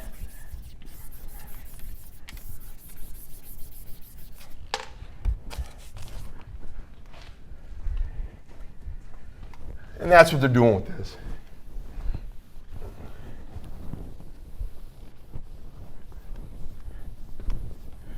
We basically took all of those micro charges, the DQs, added them all together, and we got the one big Q. You got the Q1 and the Q2. When you actually did the integral all the way around that whole thing, it amounts to is though all of this amounts as though it was just one big charge. Yeah, it's more than that. It amounts to one big charge, but then you got to get the cosine and stuff to make it work. But basically we were saying, look, this is dq2, this is dq2, this is dq2, this is dq2, this is dq1, this is dq1, this is dq1, this is dq1, etc., etc., etc., etc. Yeah, and when you put them all together in aggregate, it's as though, yeah, it's all there. Just get the cosine of it, because it's not hitting straight this way, which is d over 2. It's not hitting like that. It's hitting from here. So you need to kind of get the cosine so it won't cleanly hit like this. It'll eventually hit like this, but you got to get the component. You got to get the component, cosine theta, to make it happen. All right, and that's, again, the calculus they got in the book on that, and similar work that we have shown, and that we see in the book, and hopefully when we're in contact in person in the lectures as well, we can see that. 35 and 36, they're kind of going along the same lines with this. For 35, a positively charged disk of radius R equals 0.0366 meters and total charge 56.8 microcoulombs lies in the XZ plane, centered on the y-axis. Also centered on the y-axis is a charged ring with the same radius as the disk and a total charge of this. The ring is at a distance of this much above the disk. Determine the electric field at a point P on the axis, where P is 0.0100 meters above the origin. This is, again, more in the realm of easier done than said, you guys, but there's two things going on here. A positively charged disk of the said radius and total charge of this much lies in the XY plane, in the XZ plane, rather. Also centered on this is a charged ring with the same radius as the disk and a total charge of negative 34.1 microcoulombs. So here they're going to help each other out. It's going to be a net E field going upward. Let's look at this thing. Let's draw it out a little bit, and let's see what we can say about it.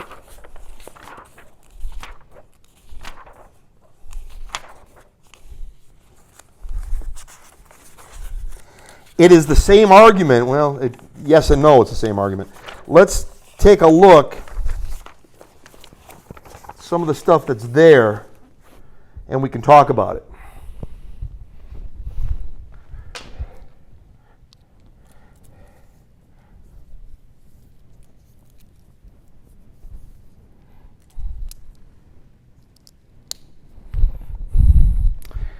Hold on a second, guys. I'm going to make sure we got enough audio ability here, and we do.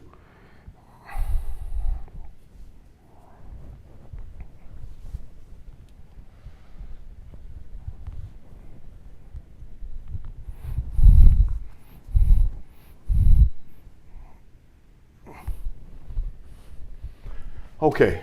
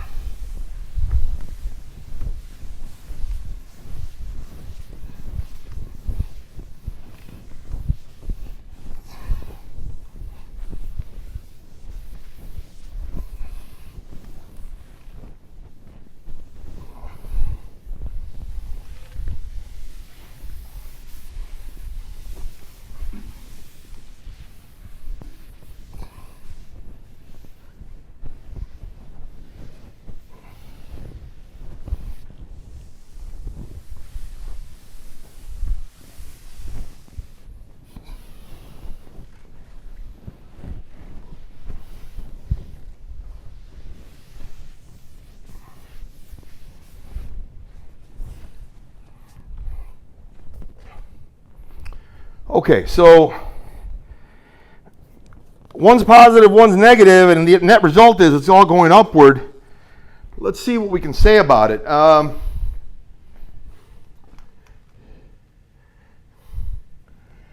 way they wrote this is its own dynamic, but okay, let's just get to it. That's x.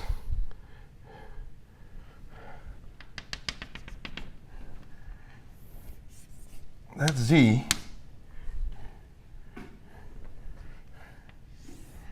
And y goes straight up like this.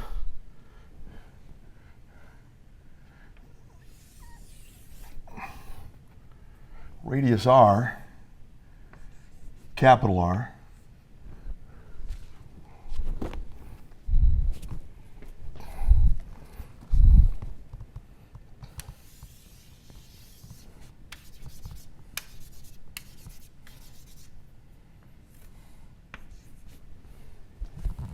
That's a disk, solid disk. Distance between these two, this is not a, I mean, I'm not even pretending that this is a good drawing, guys, but I'm trying to give you some sense. We can always look at the textbook as well. Their drawing's better, obviously. And want to see what it is. This is along the y-axis, right?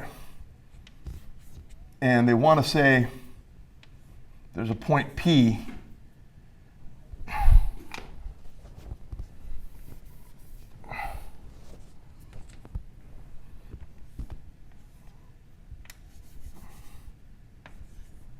point P above everybody, right here. And that's at a height of, it's in the y direction, it's at a height of y. And that's, like I said, it's the y-axis over there, guys. I don't know, you already know it, but let me just put it there anyway, like that. Look, I mean, our gut tells us a bunch of things. These guys are all centered. There's a lot of symmetry. The disk has the same exact radius as the hoop has. This is all positive charge, uniformly distributed throughout the disk, all positive charge. And this is all negative charge, uniformly distributed about the ring, about the hoop. A positive test charge is going to get pushed because of the excess, because of all the positive charge here. Positive test charge up here is going to get pushed because of all the positive charges here. A positive test charge here is going to get pushed that way, and a positive test charge here is actually going to get drawn down to this guy. If it was in the middle, there'd be a pull up, there'd be a push up here. This would be a push up. This would be a pull up. Here it's pulling down. The other one is pushing up, and it's wide open. Let's see what's going on here. ER vector will be in the positive y direction only because of symmetry of all the x and z. So anything we're doing here, the resultant vector, ER vector, will be in the positive y direction only because of symmetry. All x and z components cancel. Of course, ER could be in the negative y direction in such circumstances, but not in the x or z directions, you guys. They talk about a lot of stuff. They called it, we'll just say our thing as we want to say it. We'll label as we want to label here, guys. We'll make this make some sense. And we'll take it from there and see how we're going to actually talk about it. There's a lot of the stuff that tends to repeat itself, as you're kind of seeing, I think, already.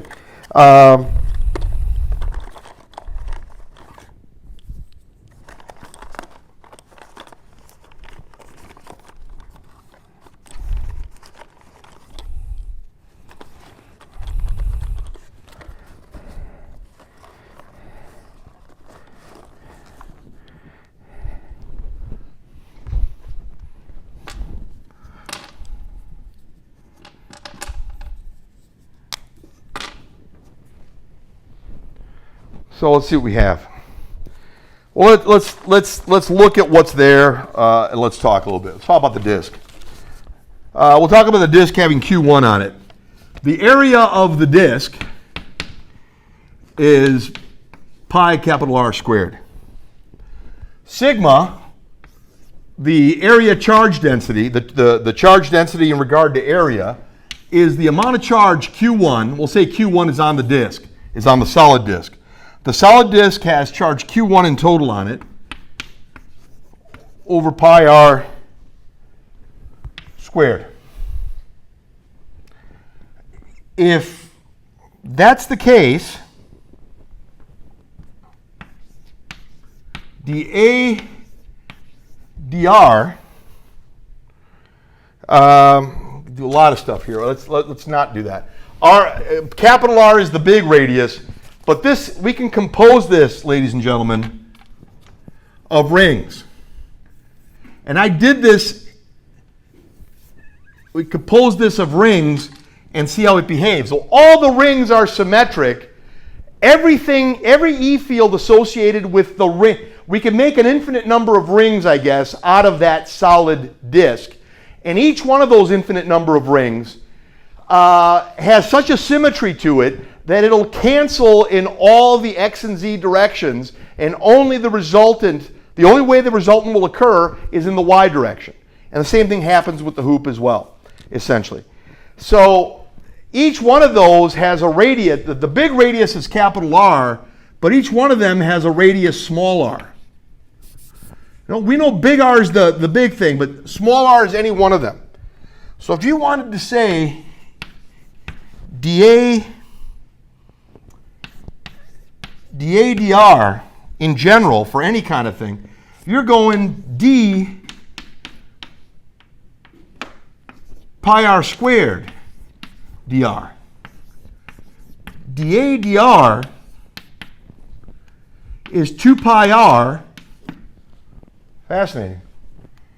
dA is 2 pi r dr. Yes. If that's Q, if that's okay, then let's take a look at how this relates to Q and everything else. Small dq for a disk is equal to the charge density, Q1 over pi big R squared.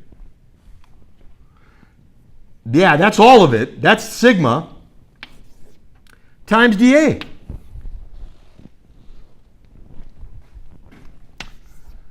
The dq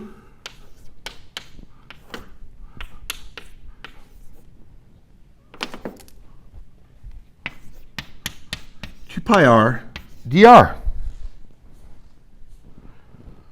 Yes. You got to remember, guys, that sigma is dq dA. Therefore, dq is sigma dA. Is sigma 2 pi r dr. Sigma is Q1 over pi the big R squared times dA. This is sigma, 2 pi r dr. That's all I'm saying, guys. That's all, the big thing here is the sigma is charge per area. And that's definitely this whole song and dance right here. That's all that we've done right here. It's the same thing right here. True. Well, let's talk about the E field generated by this solid disk. E1, 1 is the disk, E1 is the solid disk, is going to be the conglomeration or the integral, and we're not going to worry about how we're going to integrate this just yet. We're going to say K times Q, and the Q is going to be a dQ over. Notice this R right here goes up to wherever it's going to go. I mean, it's going to go up to here. That's fine. So it's y squared plus small r squared will give you the hypotenuse. This guy right here. It's the same as that guy. Later on, you get this and you get that. I didn't want to write on this too much, and I just did, but I just want to show you where they're getting that from. So, and we're saying, okay, each time, what's going on here? It's the small r squared plus the y squared. One of the legs squared plus the other leg squared gives you this guy. Gives you this guy. That leg squared. Because here's small r and here's big Y. Small r squared plus big Y squared is that. Is the hypotenuse for that particular size hypotenuse.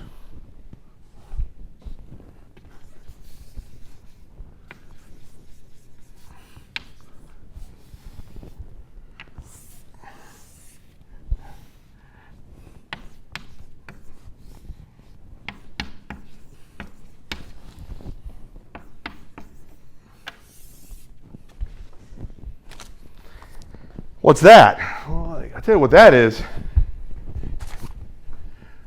Only when you're looking at this, way up here, this guy doing that, and this guy doing this, I want the cosine of that theta.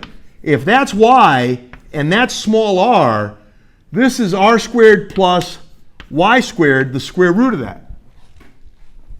See, that's the thing, guys. When you got them, I have to erase it again when I do it, but if you're talking about this, and this is y, and this is one of the, and the r can be this big. If the disk has this big of a radius, capital R, your r could be out here, or it could be right here, or it could be there, or it could be there.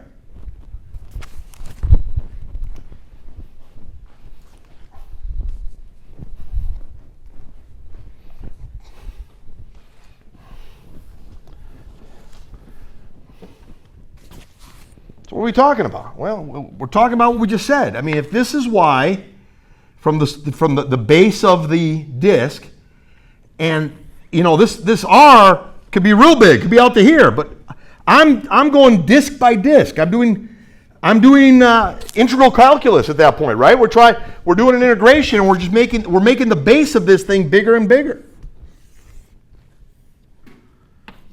That's y.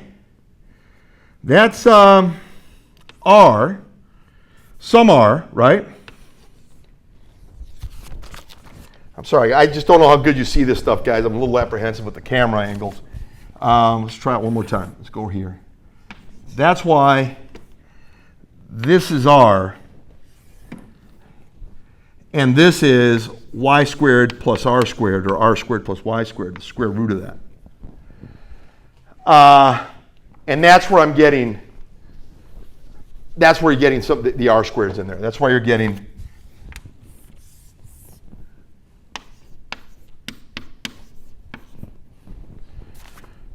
you're getting this. Well, yeah, I just want this component because everybody's canceling out.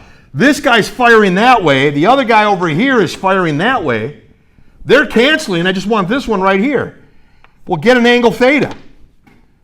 What's the cosine of theta? It's y divided by the square root of the sum r squared plus y squared. It's y divided by the square root of the sum r squared plus y squared. The distance is kq, in this case dq, kq over some r squared. Well, the r squared is this guy, is the hypotenuse. If you square this, you got r squared plus y squared. That's where they're getting all that. Okay, that's a very similar argument that's going to take place with the ring as well. So you're looking at something like this, and then you're going for it. You're going to go for it. So you look at it, you see what you can do. A lot of analysis can be done while we're doing this, but let's see what we got.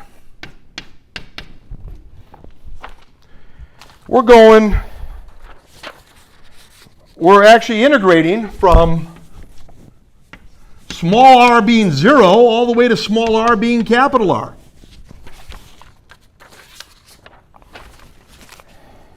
Okay.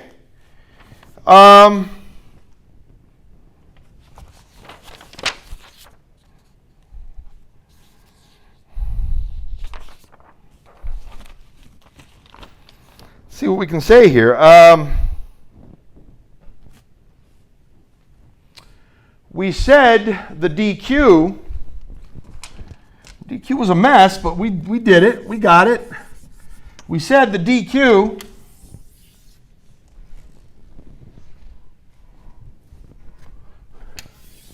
and this right here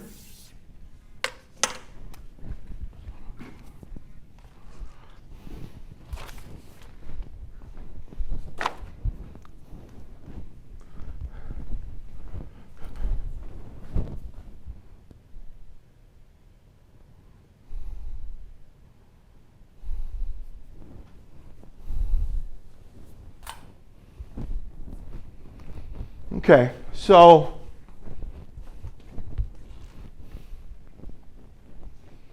yeah, I mean, there's a lot here, guys. You know, how are we going to put it here?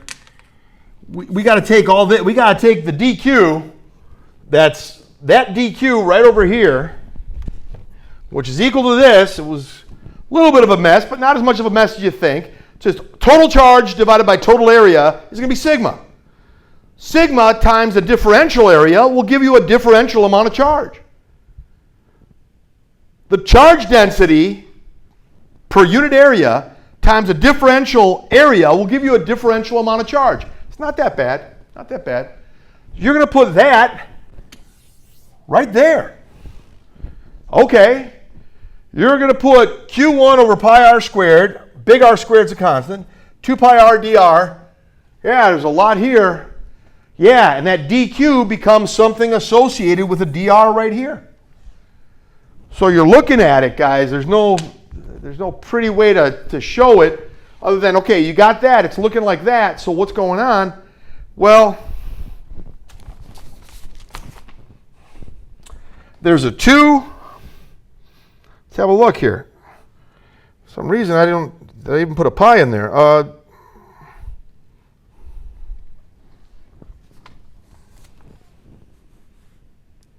Right. Okay, guys, look. Look at this. The pi and the pi cancel. It makes it a little easier to look at. Okay, let's go. 2q1 r dr over capital R squared. 2q1 r dr. I'll tell you what. I'll put the k right there. Then I'll put the y, the k, then the y. So k and the y here. 2q1 r dr. 2ky q1 r dr. Just the order you put it in, I guess, is what matters. Divided by this is this to the 2 over 2. This is to the 1 over 2. You know where this is going. We've kind of been there. We've already been there. In the non-calc version discussion of this, I even went that far to discuss it. So if you look at it, I'll make all these places, all this information available to everybody, whether it's calc or non-calc. But we got to there. And there's an r squared, which is a constant. Okay, yeah, it's thoroughly a mess, but there it is. It's going to be an integral with respect to. Now look, 2's a constant, k's a constant, y is a constant in this particular setup, in both parts of the problem. So 2's a constant, k's a constant, y's a constant, q1's a constant. R varies. Capital R does not. But R varies, y doesn't. It's a constant, as we said. And there you go. You got R squared doing some business here, which is okay, because if you make that associated with some, and that's a constant, if you make this whole thing in here u, then du dr is 2r. Well, wait a minute. Here's an r, and here's a 2. Here's your 2r. If you make all of this your u. Du dr is 2r, so this is u to the 3 halves. Du dr is 2r, 2r.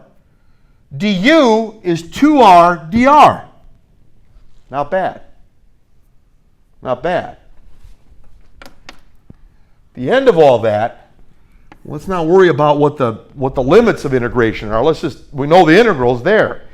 In the end, we can just do it. You don't even need to know what the limits of integration are, guys. What you need to know is, can you do the integral and then convert the u back to what you started with, back to this. The u is r squared plus y squared. Then just plug in from r equals 0 to r equals capital R.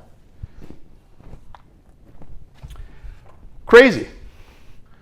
At the end of the day, I mean, you can argue this a whole bunch of ways.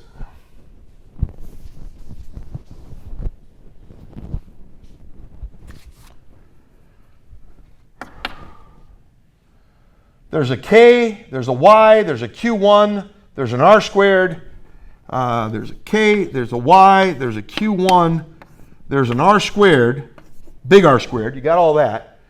Big R squared, the k, the y, the q1.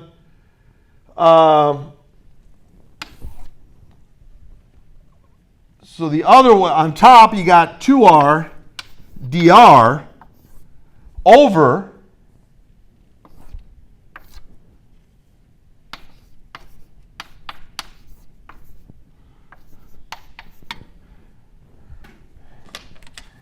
kind of the argument. You're getting to here. I'll try to write this in a place. Again, I'm always apprehensive how well you can see this stuff, you guys. So you got this. Okay,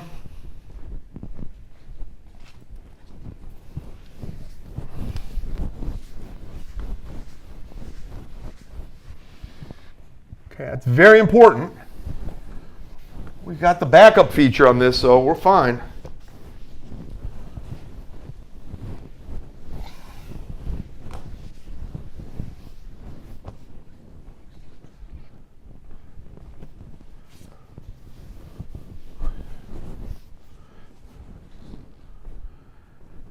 Okay, well, there it is.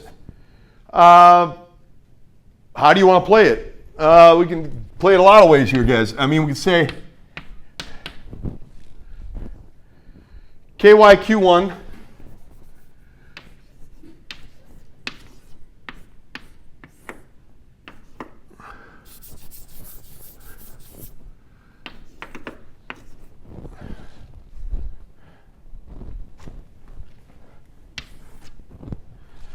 you could, your choice. You can call this whole thing, you could say U. You don't have to. Again, we've gotten around this. It's not always been pretty how we've gotten around this, but we can get around this stuff and be okay. If U is r squared plus y squared is a constant, du dr is 2r. du is 2r dr. Right there. You got kyq1 over r squared.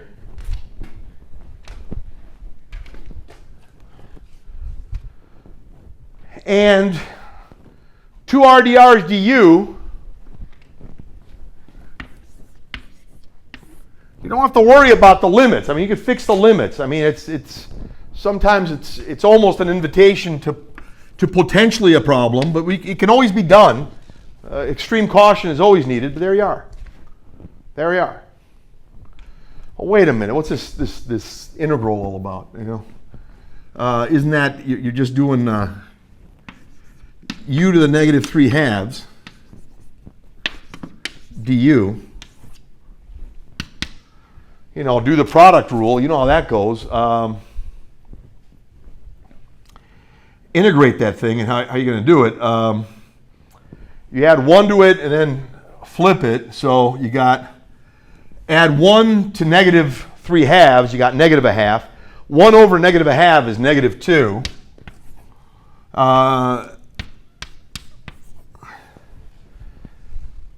Is that true? Well, let's find out. Take the derivative of this. The derivative of this quantity is going to be negative 1/2 times negative 2, which is positive 1. Subtract 1 from here, it's negative 3/2. Spot on. Spot on. So what you got is this, and that gives you, now I'm going back and forth, guys. if you just allow me to. I just think it's a little more convenient for everybody if I do. Here's U, and I can play this game all day long. I got KYQ1 over capital R squared negative 2 times U to the negative a half. So that's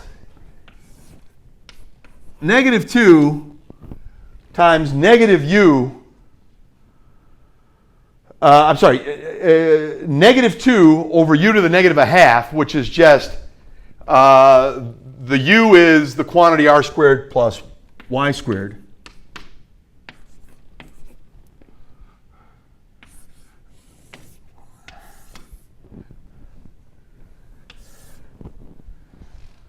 Evaluate that from 0 to capital R. Yeah, that's something else. But the argument's going to proceed pretty quickly when we get to the disk, when we get to the ring, you guys. It's a lot of the same argument, so it shouldn't be too bad. What is going on here? A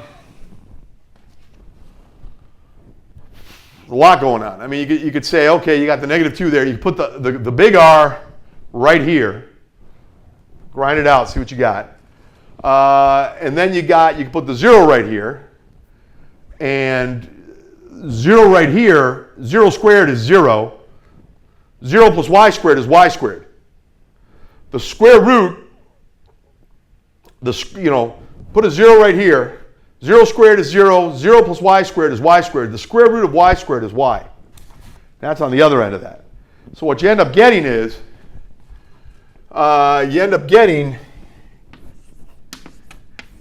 KYQ1 over R squared. Throw the negative 2 right out there, over there. And it's quite the endeavor. I mean, what you got is, you got 1 over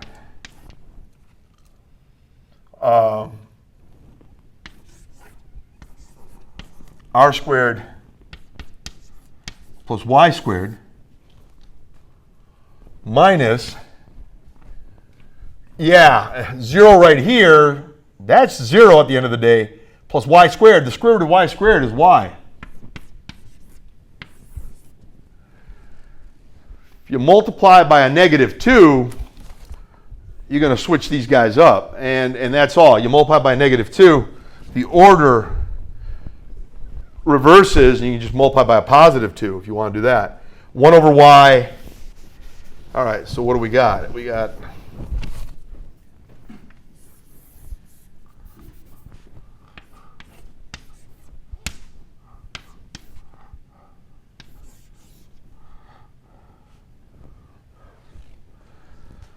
see what we had here. We're doing this, right? Yeah, right. R squared plus Y squared. Let me just check my notes, guys, as well. We got this straight.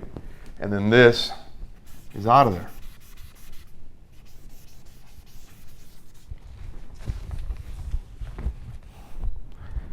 Yeah, that's the E1.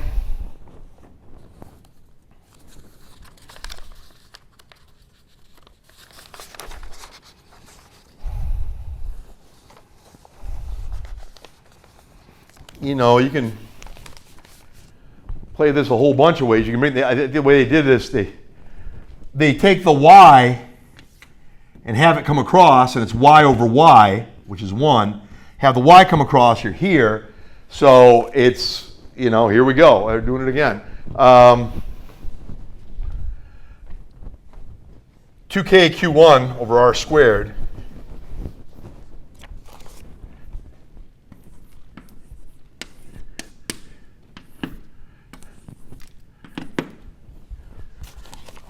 You brought the Y in here, and it was Y over Y, that's 1.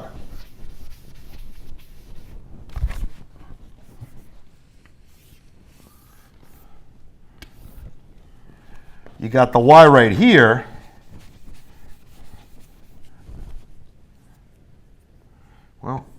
yeah, it's a little bit easier to look at. It's still a mess. I mean, and that's just for the disk. That's just for the disk.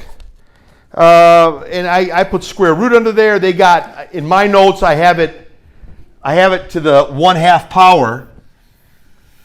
It's a horse apiece, guys. That's a horse apiece. It's not going to be an issue. But that's that. I mean, for the disk, the square root of this, okay, you got that. They are essentially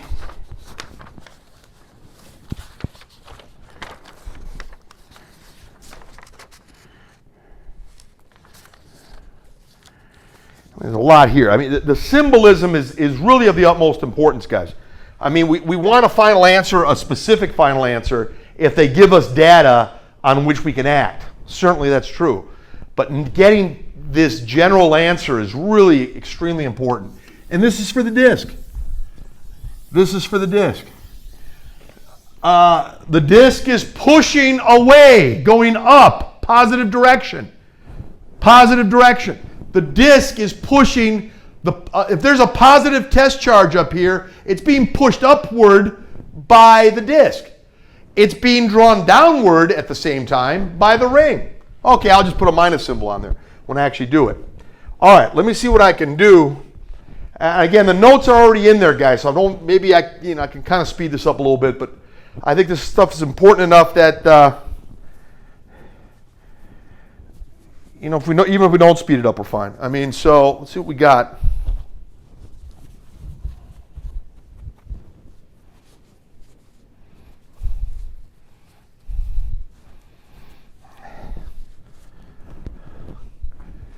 All right, there's a lot here.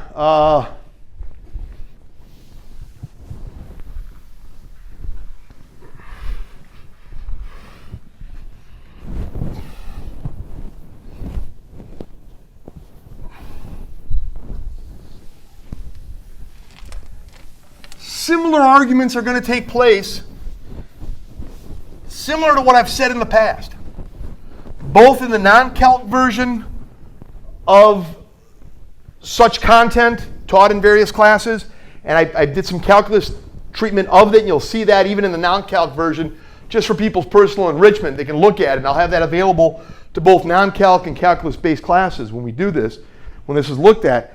But you've also seen a lot of arguments taking place.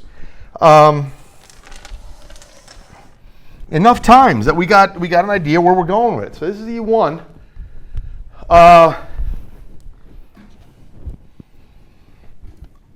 Associated with what this guy's doing.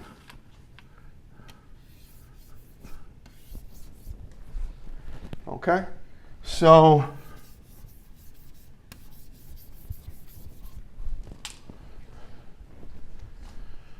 what about the other one? So that was the disk for the ring.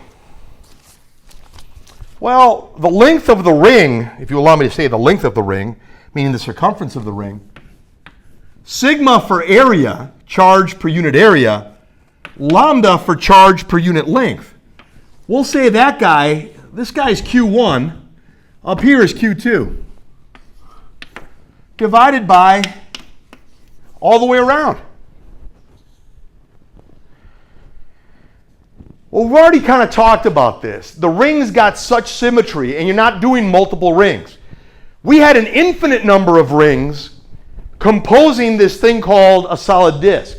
We had to integrate contemplating an infinite number of rings. We were doing the ring trick an infinite number of times in a sense. We were doing integration that we had to do. Here you already account for the disk. You already account for the ring being one ring. The disk has an infinite number of rings. You had to do the integration. So what do we got here? We've done this before, guys. Done this before.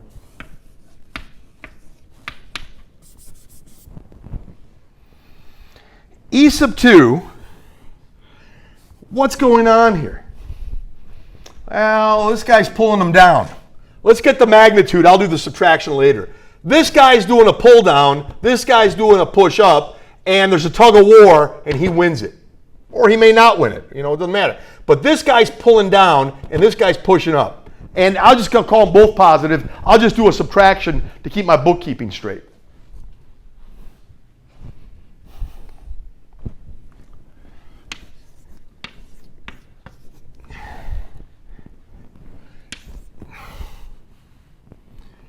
What's going on here?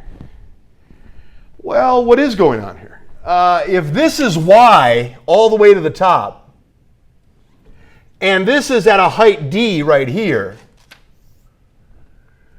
if this is d and if this whole thing is y and this whole thing is d, all of y minus all of d gives you y minus d. That's the difference here. You've got y minus d, the quantity squared, plus the radius squared. That gives you the length of the hypotenuse. That's the E field. Yeah, true. But I only care about that component. And this theta is going to be y minus d divided by the length of the hypotenuse, which is the quantity, y minus d squared plus r squared, square rooted. It's the same thing we've done in the past, you guys. Times y minus d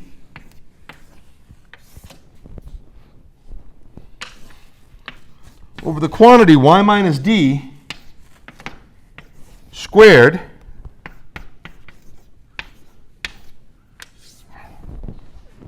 to the 1/2. Yeah, that's the square root. You get it? I mean, it's like this is y minus d, this is r. Here's r, here's y minus d,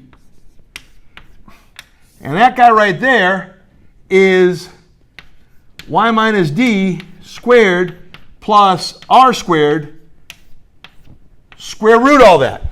It's a horrible writing there, guy. I don't know how you're going to see that, but I think you know what I'm talking about. When you got it like this, if this is that and this is that, if this is the capital R and this is y minus d, the length here is y minus d, the quantity squared, plus r squared.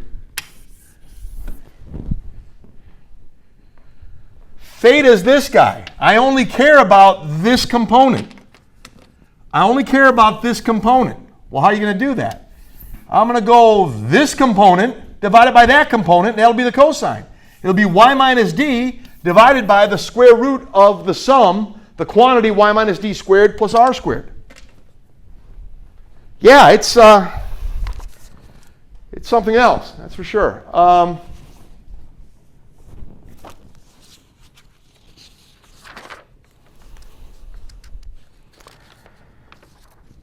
We said you can do that because I know there's all these partitions, guys.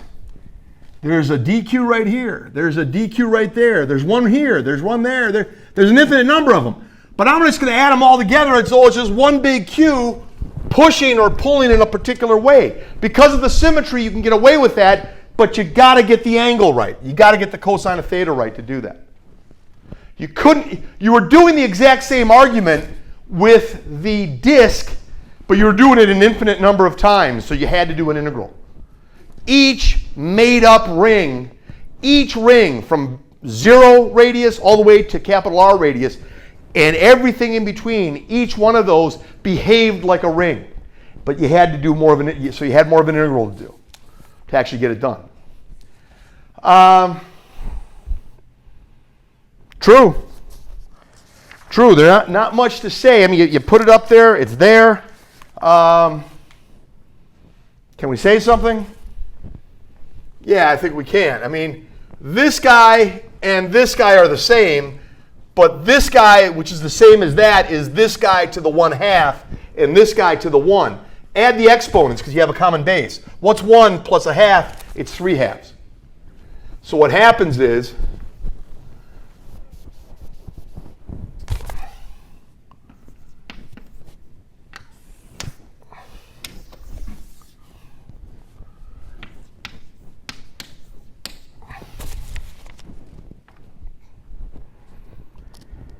wow, yeah, it's there. It's definitely, so,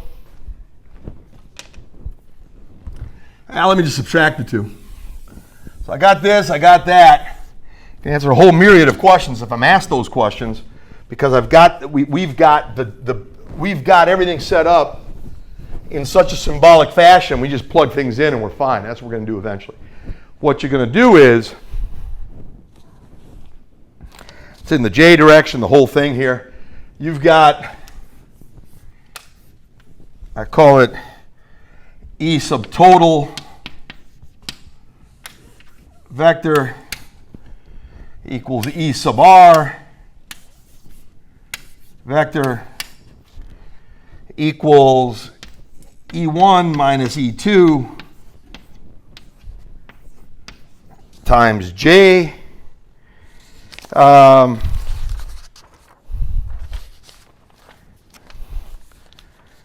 do we got? You're looking at it. You got all this, you got all that. Be my guest, do the subtraction. We've got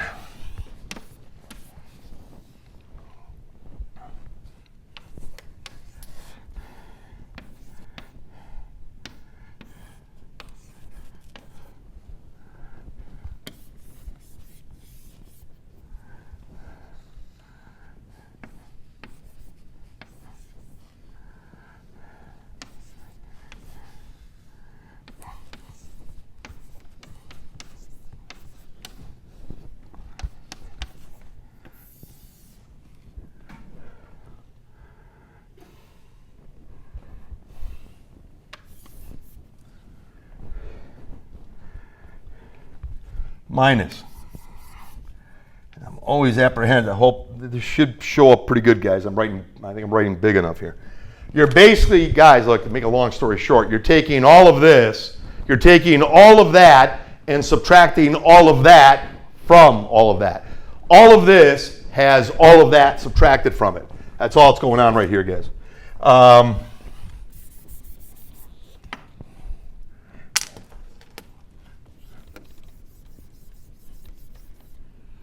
Minus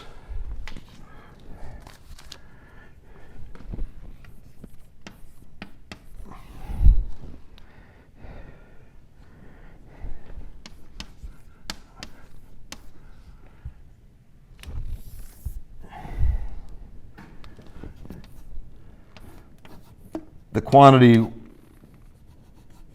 y minus d squared plus r squared, big R squared, the whole thing to the 3 halves. Yeah, all of that times j. There's a good chance this is not going to look good on this, but the notes have it, so you should be okay.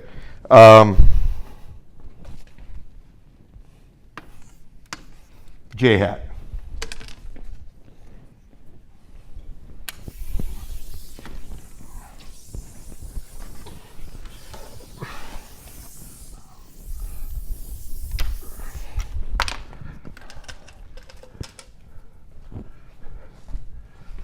Here's the minus here, this quantity, that quantity, the whole thing.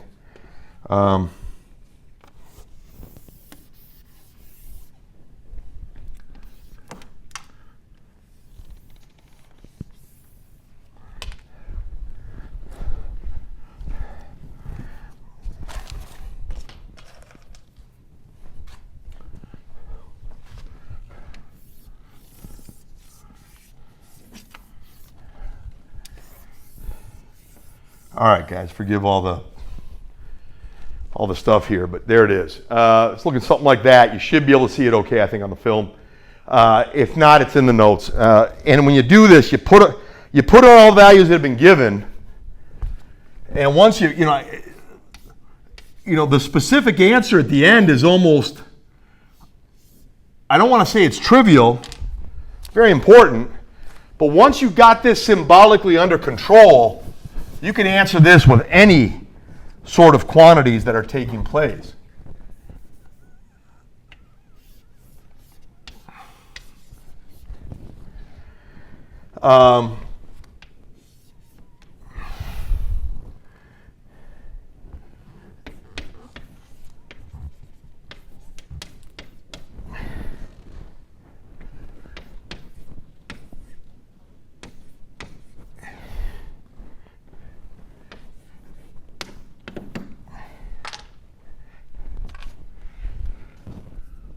There you go for that too.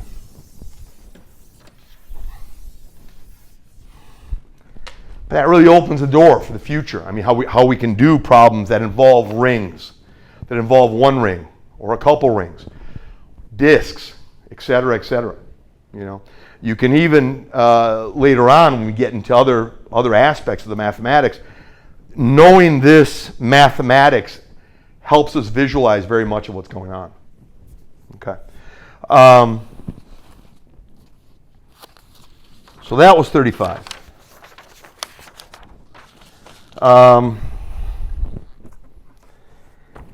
36, a positively charged disk of radius. Okay, here we go again. So what's going on here, and what are they going to say here? I think this leaves the door. What we've done leaves the door open to answer other things that go on here. So let's see here. That was 35, you guys. Very important. Could have sworn I had 35 written down somewhere, the actual number. If not, let it be known this is indeed problem number 35. Okay, so for 36, a positively charged disk of radius r and total charge q disk lies in the xz plane. That sounds awfully familiar. Centered on the y-axis. Figure 2435. Great, they're using the same exact figure, so we're in business. Also centered on the y-axis is a charged ring with the same radius as the disk and total charge q ring. I used q1, q2. q1 for the disk and q2 for the ring. That's not a big transition, guys. That's all linguistics at that point. With the same radius as the disk and total charge q ring. The ring is a total d above the disk. Yeah, it was the first time. Determine the electric field at point P on the y-axis where P is above the ring, is above the ring of distance y from the origin. Okay. I could have sworn this is the exact same question, you guys. Every time I read it, it's the exact same question. Then we're going to answer the exact same way. Exact same, in fact, that's how it is in the notes, you guys. For problem number 36, exact same mathematics as problem 35. Exact same mathematics as problem 35. Q disk is positively charged. Q ring not specified, but sign of Q ring will allow us to get the answer as is. I mean, as it is there. If it's you got to be careful on this one. Exact same mathematics is problem number 35, you guys. Q disk is positively charged, Q ring not specified, but sign of Q ring will allow us to get the answer. Now, the sign, you got to be careful. If they're both positive, you're adding. If one's positive, if the disk is positive and the ring is negative, you're doing this. Exact same thing here. If both the ring and the disk are positive, you just put a plus right here, and you put a plus right here. Plus here, plus there. That's all that it is. Q ring is not specified, but sign of Q ring will allow us to get the answer. ER is that they did not, is a charge ring with the same radius and total charge this. The ring is determine the electric field. I think they want you to assume they're both positive. Same mathematics as in problem 35. The way I had shown it is, yeah, it's not really an issue. They did not specify.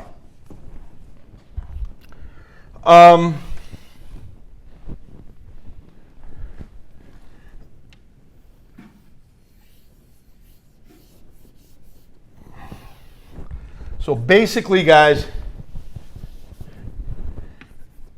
they didn't specify. If it is the configuration it's the same configuration that we had earlier.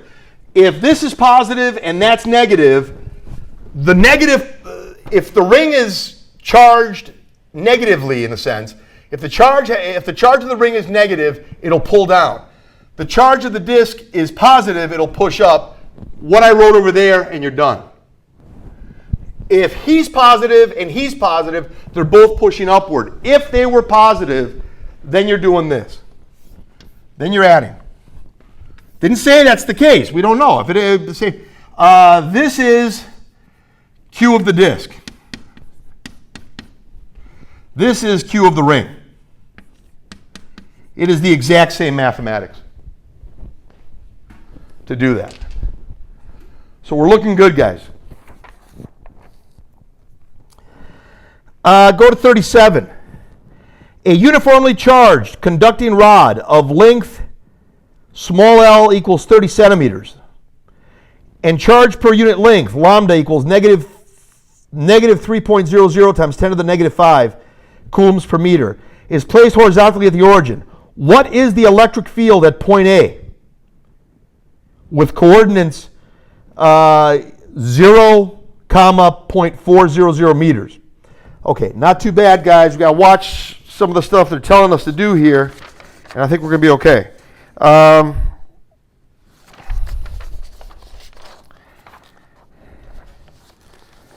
Let's be careful with this. See exactly how we're going to talk about it.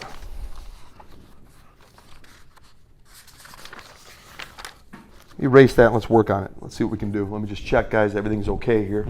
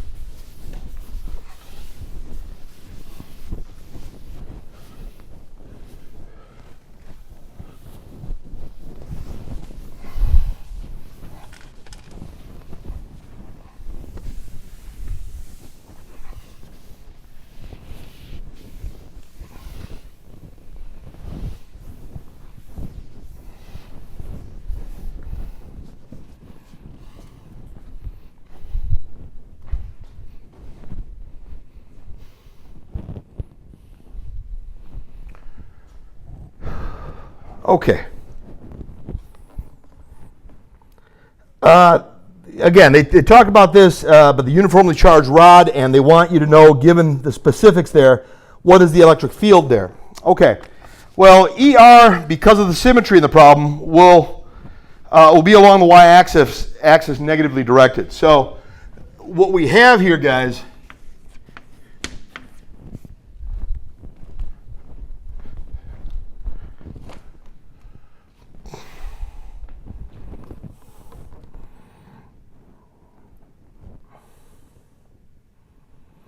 okay, it's essentially, you want to be really careful what they're saying here and how they're saying it.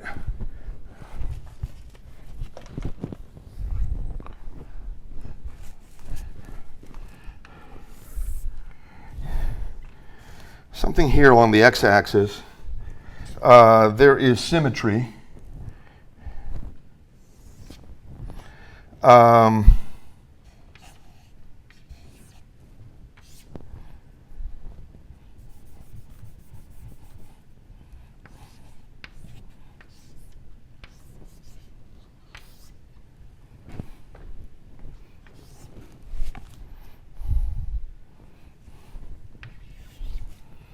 is the x-axis.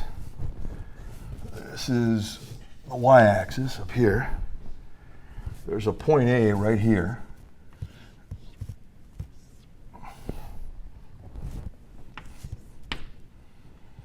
That comes down to here.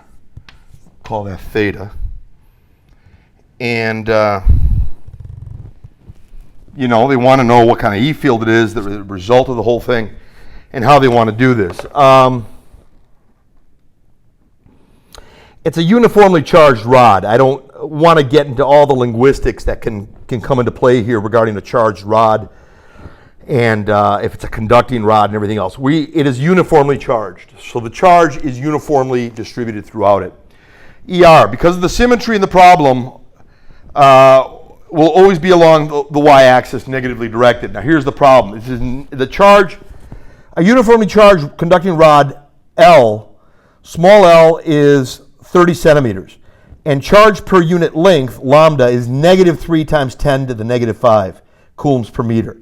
So the E field is going to point downward, you guys. Is going to point toward the rod. If you had a positive test charge up where A is, the positive test charge would be drawn downward. It is uniformly distributed, so there's going to be a tendency to pull it over to the left, and there's going to be a tendency to pull it over to the right, but it's an equal tendency, so it balances. The positive test charge wants to come straight down. And this thing's at a height of 0.4, and the length of the thing is 30. So let's see what we got here, guys. ER, because of the symmetry in the problem, will always be along the y-axis negatively directed.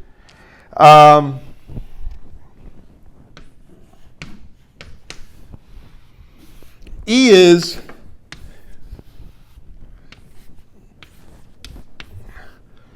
they gave us what that little L was. Yeah, if little L is this, if little L is that, then L over 2 is this way, and I'll just double it. Let me just do the integral this way, double it, and I know what's going on the other side. K dq over,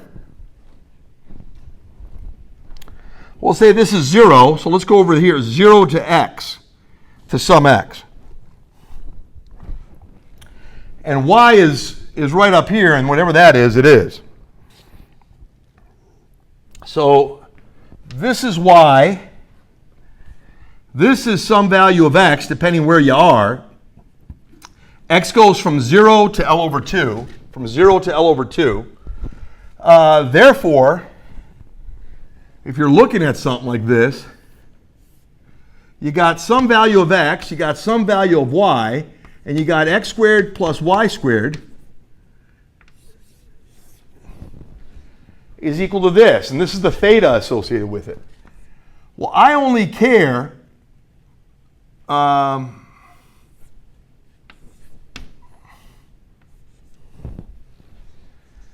there's the theta. The cosine of theta,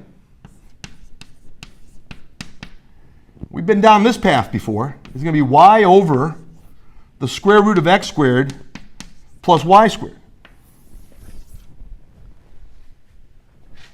And that's that. I didn't know how much room I had, guys, so I wrote the theta here, and it's right here. It's right there. Okay? And we got this, all that. Well, what does that mean? You got y squared plus x squared.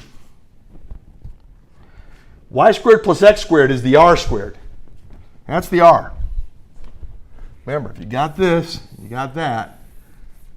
If this is y, which is a constant, and the x varies, and this is theta, this is x squared plus y squared, square root of that. And that's equal to r. Cosine of theta is going to be y divided by r, which is y divided by the square root of x squared plus y squared.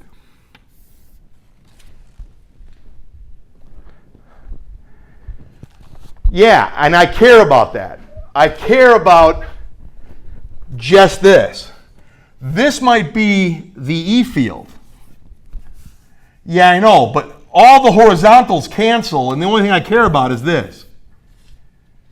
And that involves cosine of theta. And it's a different theta now, guys, wherever you are. So there's an integral that's going to be involved again. There's a different theta. There's a different theta, but the cancellation left and right, the cancellation along the x direction, whatever goes on in the negative x direction goes on in the positive x direction as well. Everybody cancels, except for this guy going straight down. That's what I want. So you're going along those lines to do this argument.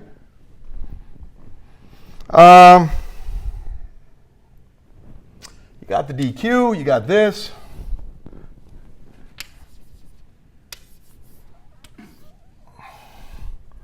So you got all that.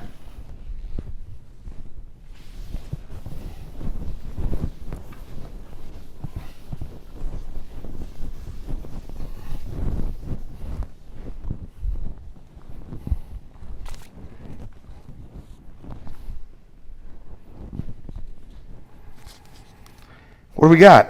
We got this, y squared plus x squared to the 1/2 or square root of the quantity. You know the deal. All right. At the end of all that, you're going to work that integral the way we've been doing the integrals all this time, you guys. Everything we've been doing. You're going to do it again.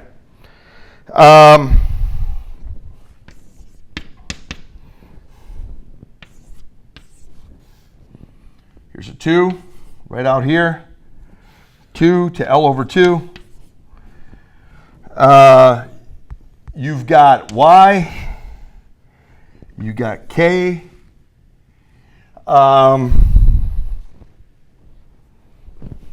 Is it true that dq dx is going to be the same as the total charge q divided by L, which is going to be lambda? dq dx equals lambda.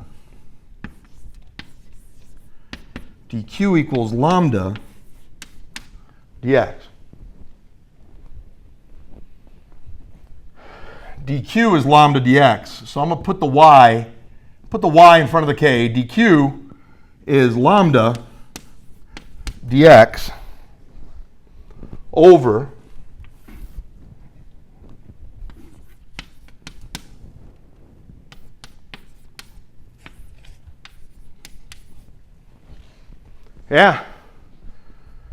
it's a bit of a mess.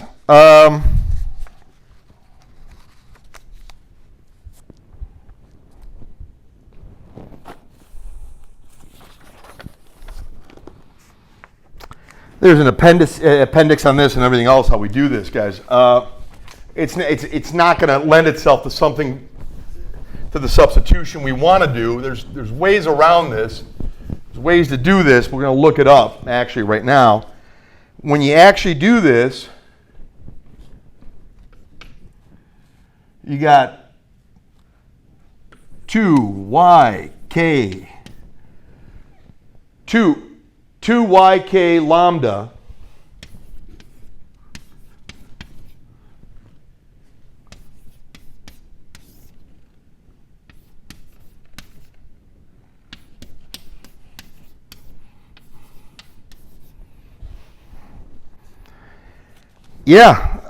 when you do that, you end up getting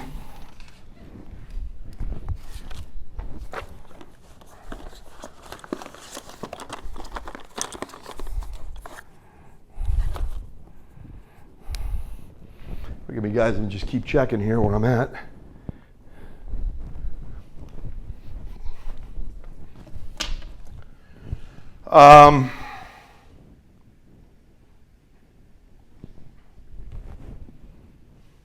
Yeah, it's that. And when we look at the appendix on this, how can you get this thing to work out? The antiderivative of it is going to be, the antiderivative of something looking like this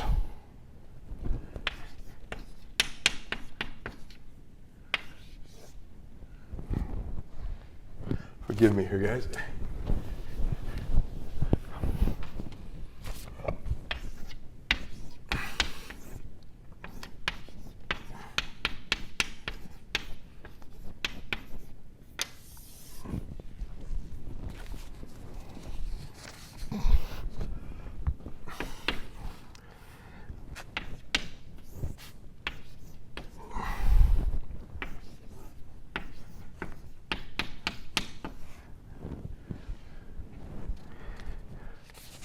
Yeah, if you take the derivative of this mess, you're gonna get this and 1 over this, in a sense, if you do it.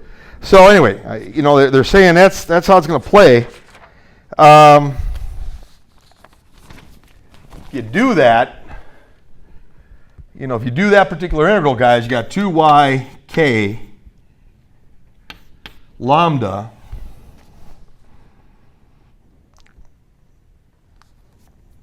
or whatever. There's a lot of ways to write it. 2yk lambda, and you're going from x. It's a bit of a mess, but we can do it. And we can confirm it too. You take the derivative. It's indeed derivative of this is going to be what the original item that was in the integration that was taking place. From x equals 0 to x equals L over 2.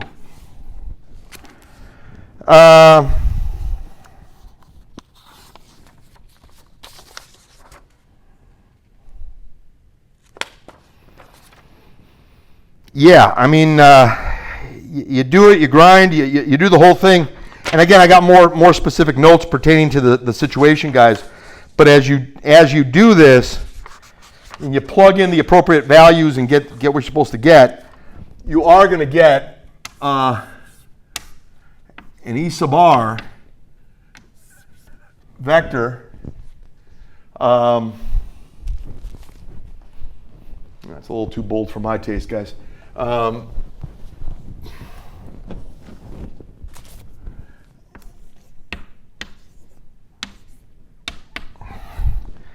E sub r vector, and we're getting k lambda L. That's after you do all the limits. Yeah, if you take care of all the limits of it, you evaluate between these limits. It's quite a little bit of a mess, but we should be able to get it. And we end up getting y squared plus L over 2 squared to the 1/2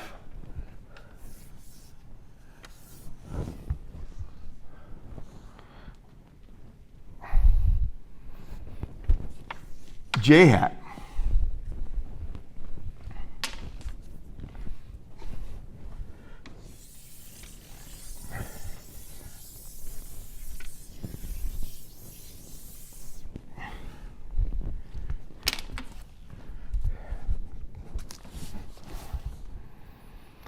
Put all given that, that's it. I mean, that's the real symbolic look to it. Now take all the values that they gave to you, plug them in there, and we should be getting the answer that we're supposed to get. Put all given values into the equation. Now again, lambda was a negative number. Lambda's a negative number, as they told us that, and so that's going to account for this answer being the way it is. Negative 4 point.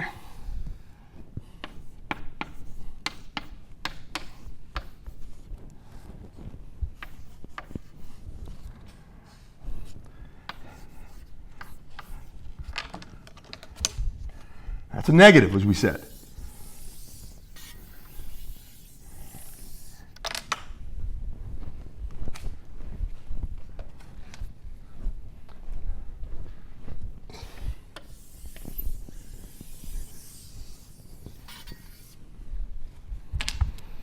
Okay, guys. I mean, not quite as elegant as the other ones. We actually could do a substitution, not even have to look something up. But here, they're saying you can look something up, and we actually to expedite what we were doing.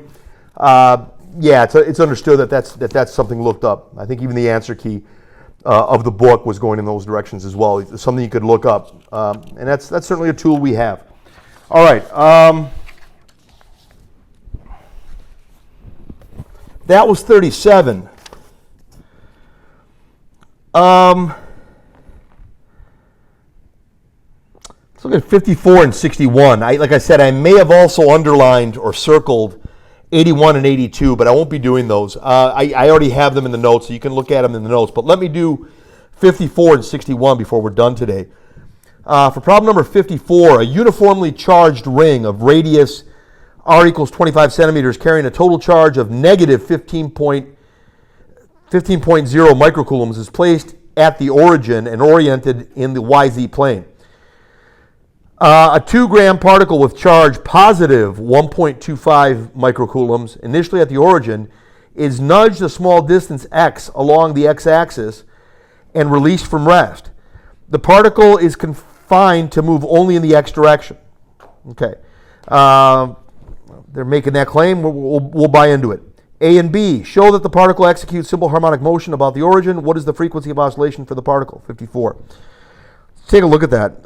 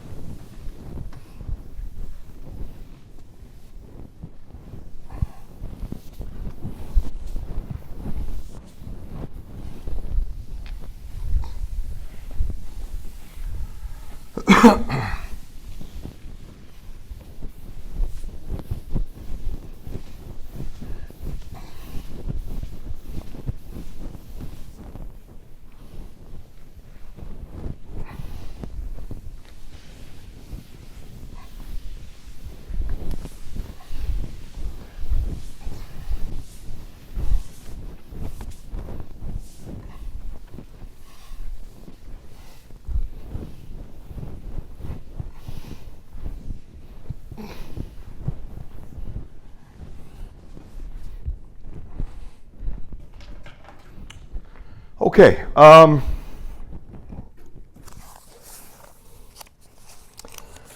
I mean, they've said a lot of stuff here. I mean, we're going to have to take them at their word that they confine this thing to only be able to move in one particular way, in one particular direction, and that's along the x-axis. Yeah, I mean, I guess the displacement, there's enough symmetry there that I guess we can believe that. There's definitely enough symmetry there that we can believe that. So it's in the x direction, x-axis. Okay, so we're kind of doing stuff that we've done in the past. Let's more or less do it again.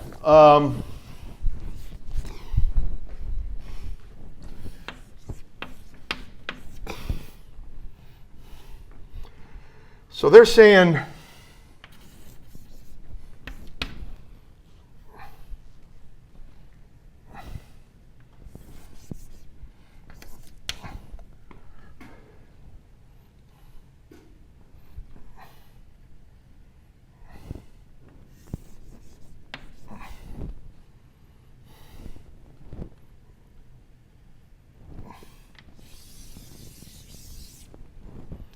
and there's this guy's positive. This thing's negatively charged. This is total charge negative Q. And you're going to nudge this thing this way a little bit.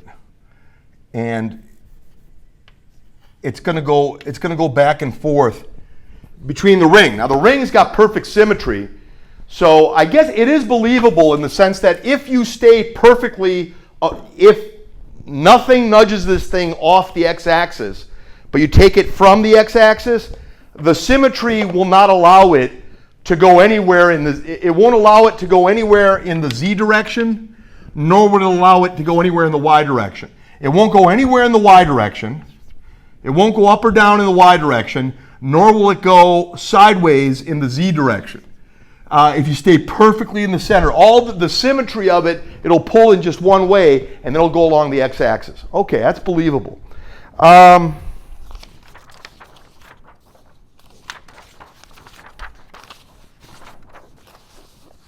We know from earlier mathematics that we have, from what we have done,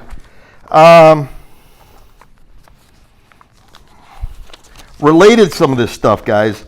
We had figured out in earlier mathematics, and it was mathematics that we had done, trying to think here. I think, we've actually done that. We had to have done that in chapter 23, guys. It cannot be that far back. I know we had done something like this. From chapter 23, we had done, I think it was problem number 79. Problem number 79 from chapter 23. They had talked about some of the stuff that goes on here, guys. I'm trying to figure out. It's a little different story, actually. Somewhat different story, and yet there's a lot of similarities in the problem from problem 79 from problem number 23. But I do say we know from earlier mathematics that we have done. We know from earlier mathematics that we have done that the following holds. We have said the way things go in the E sub x, right? It's not quite what problem 79 was in chapter 23, but there's elements of it that are very, very, very, very strong here. We said wherever that's going to take place, remember we said it was going to be, it's getting pulled, it's a negative q, the amount that's, I know it's negative q, but let's not lose too much on that. We got kq over r squared, and the r squared is going to be the association of this thing, radius capital R and x. So if this is radius capital R here, and the x is right here, here's capital R. Here's, we said it's positive, so positive here. This is the x. So here's x, here's r squared plus x. R squared plus x squared is that. And then we only care about, that's true. That is what a positive test charge will experience this way at any particular consideration.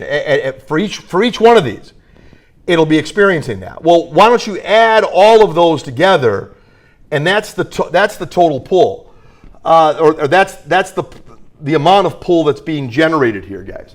So there's this much pull here, there's that much pull here. They're always canceling. Only this guy is going to matter, and that's where this theta comes in. Where's the theta? The theta is anywhere from 90 degrees all the way to wherever that's going to be. It's going to be r over r. It's going to be 45 degrees, actually. If this is r, and all the way to here is, well, actually, no, I take that back. We're not going that way. We're looking at, you've got this right here. It's negatively charged, and this guy's positively charged, and he's coming out or going in. But he's not going anywhere else, just this way. This is x. This is z. Absolutely. I mean, that's x. That's z. Y comes right out. So x is here. X comes out at us. There's a lot of ways you can write this. X comes right out at us. Y is here and z is this way. Well, yeah, x comes right. The x and z. This is on the yz plane. This thing's located on the yz plane, and this guy's not going anywhere on the yz plane from where it is. He's not, its YZ coordinates will never change. It stays centered, its shadow will stay centered on the YZ plane, but the X direction it'll move. Now, if you can just calculate, and here's, like I said, this is a delta Q, this is another delta Q, here's another delta Q, etc. Let's get all of these, see how big they are, and each one of them, everybody's going to cancel sideways in the YZ plane. No, this guy's not moving anywhere in this circle. Its shadow isn't. He just comes out of the board and goes in past the board, but never sideways here, is what they're saying. And that makes sense because of the symmetry. Now, just do, when you find this, you're working with this guy, just find exactly what the coordinate would be. Well, I want the X direction. So this guy is, here's R, here's X. What's the theta under consideration in the X direction? So in other words, it's coming out, here's R, and then like I said, coming right, now let's do it another way. Coming right out at you is the YZ plane, and this is however much X you bring it out to. Well, if you do that, here's X, here's R, and here's R squared plus X squared, square root of that. The theta here is right here. The cosine of theta, and that's the only one I want. The cosine of theta is this guy wanting to bring them back. It's looking like this, guys, and this guy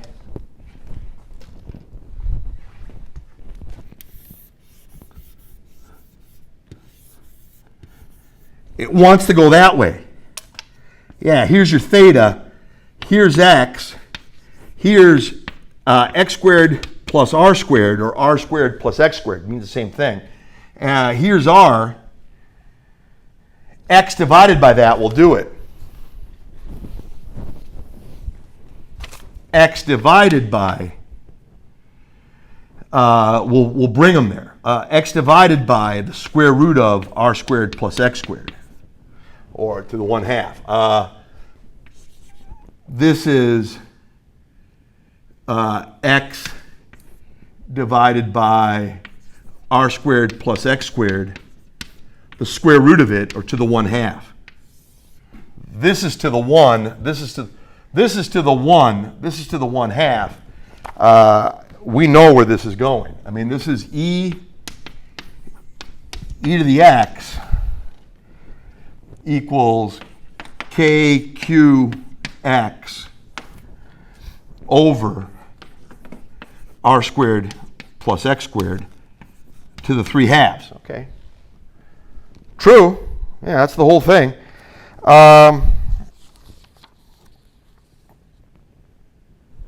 Yeah, we know that's true. And, negative Q and positive Q are negative big Q and positive small q are of opposite signs, so there is a force of attraction.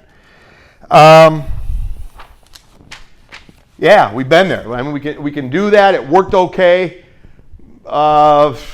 There's a number of things you could have done to get there, but this is fine. We're where we need to be.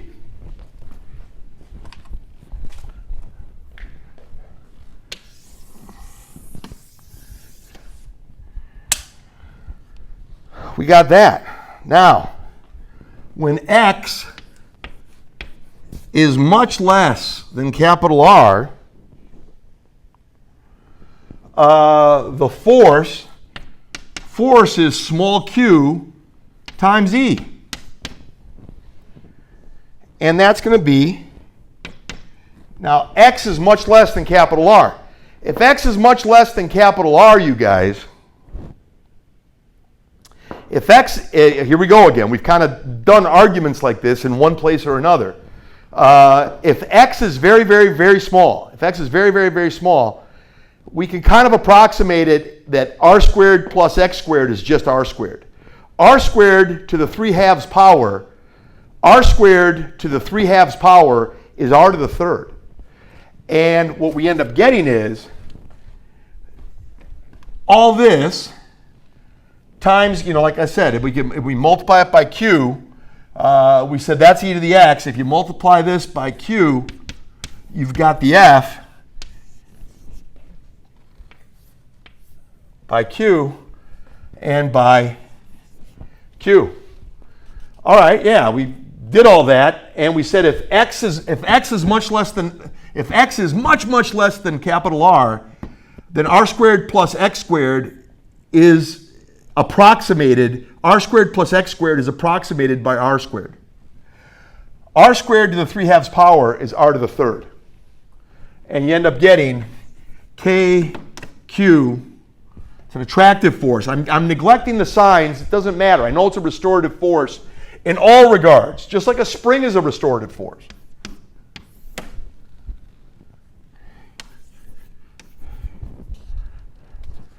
That's r to the third. And okay, I said I was ignoring it, and I'll just put it on there, I guess. It's a restorative force, so it's doing this. One's negative, one's positive, it's doing this. So what do we got here, guys? Well, what we got here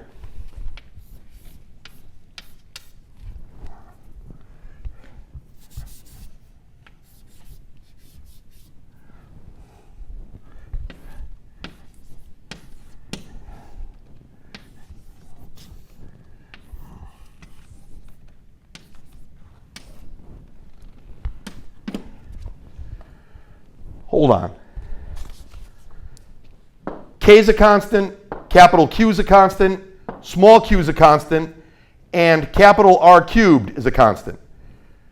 All these constants, these three constants multiplied together, divided by this constant R, which is now cubed, K, capital Q, K and capital Q and small q and capital R are all constants. All the mathematics here leads to a constant. It looks like this. F equals negative Ks. It looks a lot like what we've been doing in the past, ladies and gentlemen. So who's who? Here's the K, and here's the K.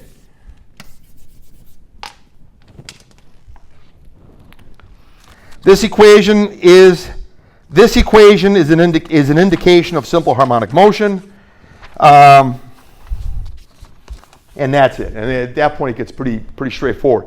A lot of ways to look at it, though. You can see that you got to visualize it. To visualize the same thing, the axes can be in different places, but the same thing's going on. There's perfect symmetry in what is happening. So what you get is what you get, guys. You got omega is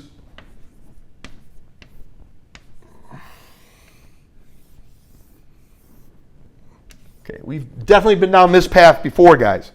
So what does that mean? That means omega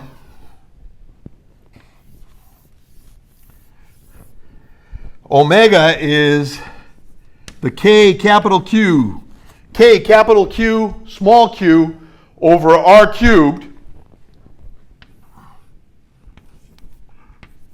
divided by M. Well, okay, divide by M. Make it convenient for yourself. Write the M right there.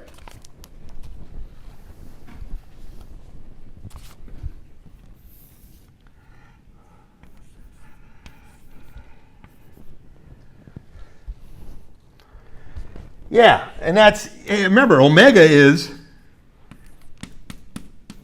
2 pi f. So, I mean, this is it. I mean, that's for real. And we know that right there is what omega is equal to by the definition of omega.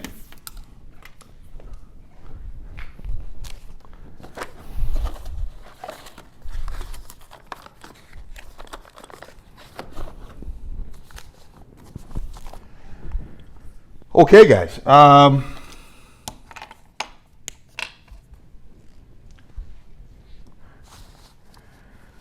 That's it. I mean, it's the rest is just the mathematics that we know how to do and that we're going to do. You got it to here. You're going to grind it out, put the right numbers in there, and you're going to be fine. Omega is 2 pi f, and that's equal to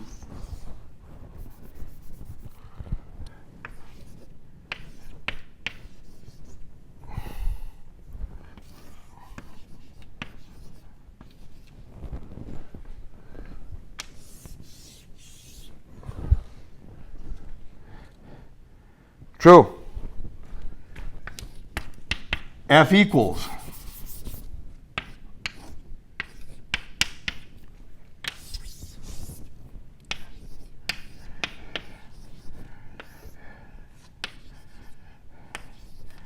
watch the signs here, guys. You already accounted for a negative as a restoring force. The rest now is everybody's positive when you're doing that. The frequency, that's it. I mean, it's the end of the story. You got it to here. It's the same stuff we were talking about over there, guys. There's no real mystery on this whole thing at that point. F is 11.69 hertz. If you multiply by 2 pi, you get the angular frequency. You get the omega.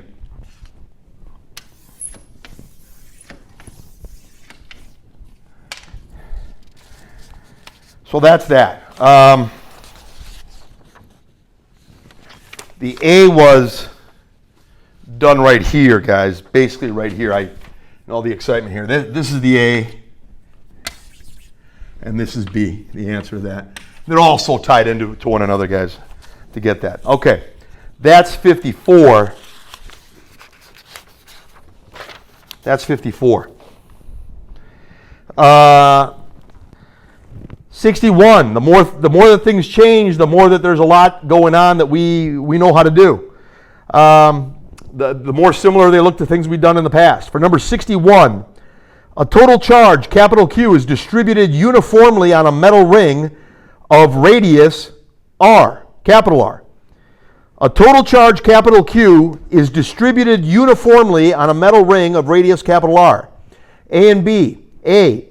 What is the magnitude of the electric field in the center of the ring at point 0?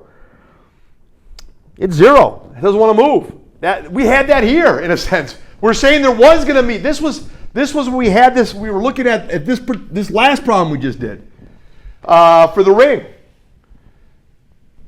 If you don't nudge it one way or the other, nothing's going to happen.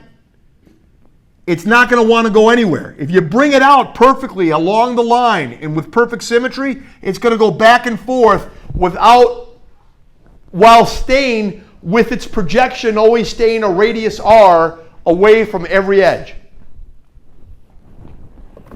So what is the magnitude of the electric field in the center of the ring at point 0? B. What is the magnitude of the electric field at a point A lying on the axis of the ring, a radius a distance r from the center 0, same length as the radius? Okay. This is stuff we've already done, guys, so it shouldn't be too bad for us. Let's see what we can say.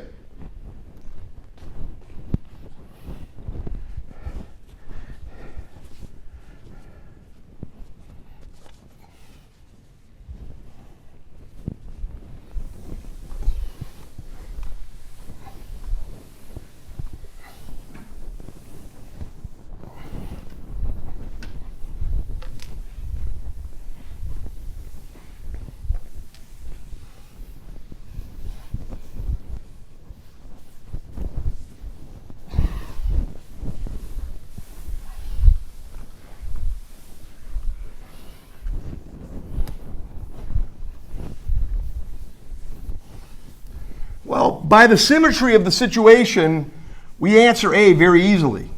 We're using exactly the same logic that they were using, whether very explicitly or not. They were basically telling us the same thing. If you don't nudge it, we were talking about it, problem 54, it wasn't going to go anywhere in the YZ plane. As long as you stayed on the x-axis, there was going to be, if there was no nudge anywhere in the y direction and or z direction, no nudge in the y and or z direction in any way, shape, or form, it ain't going anywhere. If you stay along the x-axis with the symmetry as is, you'll have the simple harmonic motion we just talked about for problem 54. So for 61, they're asking what's going on. I just said the same thing, guys. For 61, A, because of the symmetry in the situation, all differential E fields cancel each other out. There are a multitude of pairs of E fields, each pair canceling each other out. In short, all opposing E fields cancel each other out. The E field is equal to 0 at the center of the ring. The net E field is 0 vector at the center of the ring, based on the same logic that we had for 54. And they weren't really, didn't sound like they were very explicit about it, but I'm going to the best of my ability, I'll give you an explicit statement on that. Just like it's the same thing 54 was saying. Directly, explicitly, or maybe not too explicitly, but that's what it is. What was going on with 54 is essentially what's going on with 61, only you're not even moving it at all, not even in the x direction, or not even in the y direction, rather, in this case. Now, the degree of freedom that you have here is in the y direction. Okay. For B, what's it all about? I mean, what does it come out to? Well, we've said this, you know, from consideration of symmetry in prior mathematics. We've said a lot of stuff of what it is and how we can do it. I think the way they actually set it up was pretty straightforward with that one. So, what we had said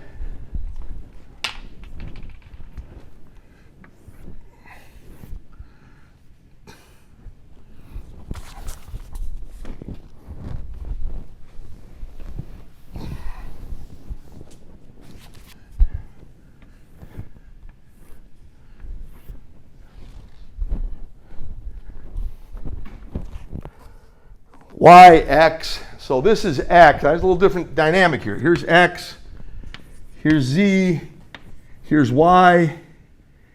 This thing is on.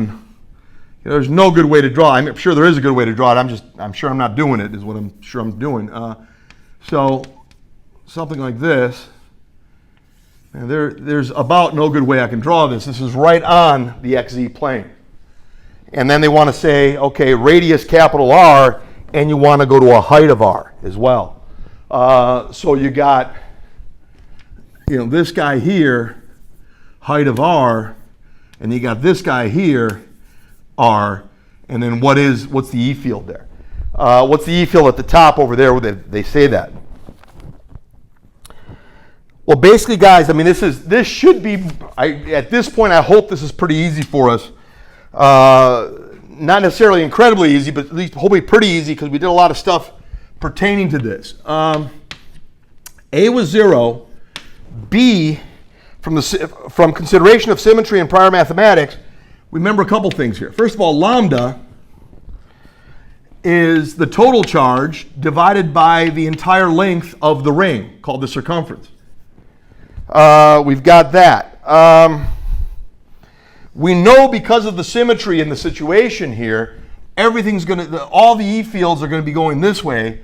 And, you know, how do you want to do that? You know, what is that? Well, you could make this a variable expression and then plug capital R in there. They didn't do that. They just said, hey, man, it's just R. It's capital R. Now tell me what it is. Well, there's all this symmetry. This is R, that's R. This right here is R squared plus R squared, square root of that quantity, which is equal to the square root of 2R squared, which is R times the square root of 2. For this guy, for the length of the hypotenuse, that one. If this guy here is R, this is, so 45 degree angle, 45 degree angle, 90 degree angle. This is R, this is R. This is the square root of the product 2R. I'm sorry, square root of the product 2R squared, right? This is 2R squared.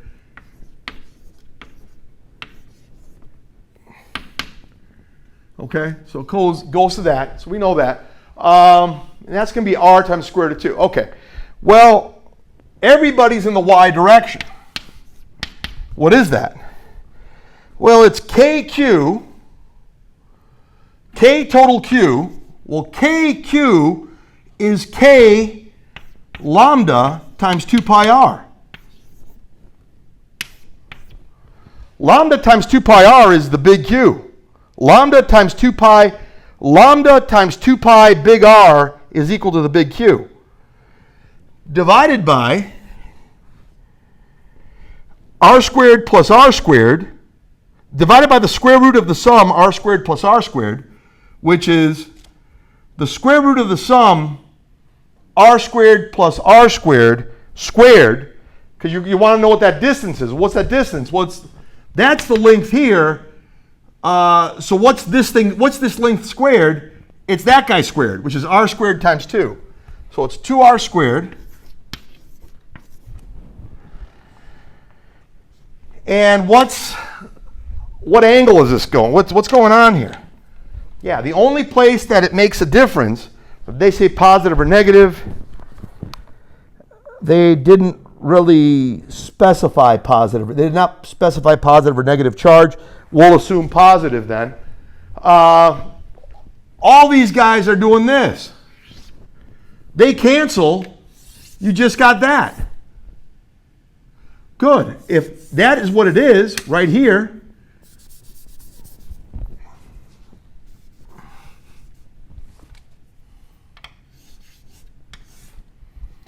well, this was this big. Yeah, well, I want this projection. So I want that. That's a 45-degree angle. I want the cosine of 45 degrees because this is an isosceles right triangle. Well, I'm going to pretend I don't know that. I'm just going to go R divided by R over the square root of 2. R, the cosine of this theta is R divided by R square root of 2. By the way, that's just going to be 1 over. The R's cancel and you got 1 over the square root of 2. 1 over the square root of 2 is the cosine of 45 degrees.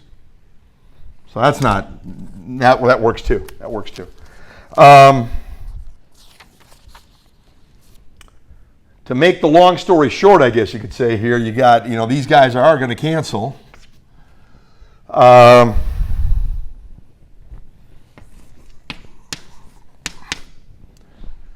EY, man, there's more than that's going to cancel, I guess, isn't there?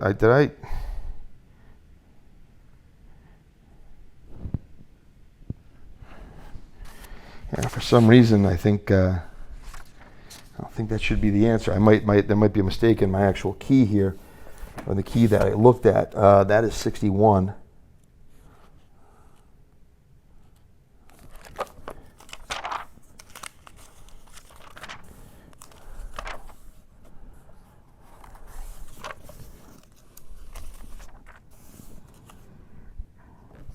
Yeah, watch out for that, guys. I got a feeling.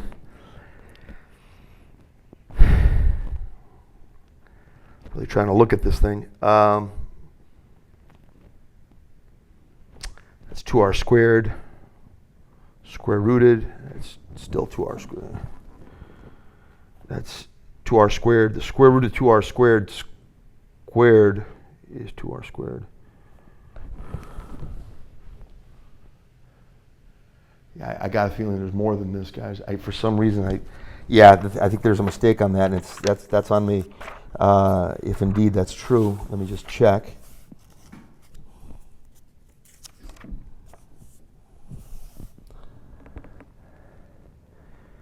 Right.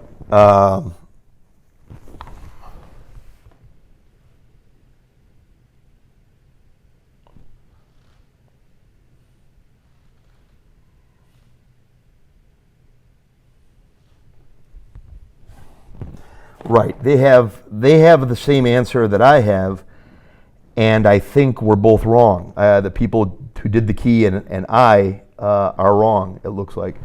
They got KQ over the quantity 2 square root of 2 R squared.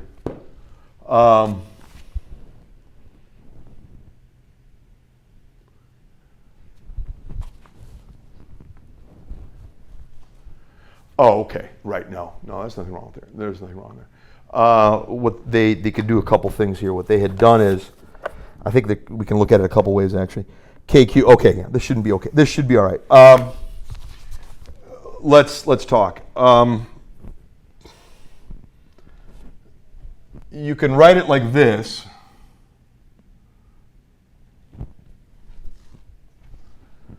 Write it a number of ways, actually.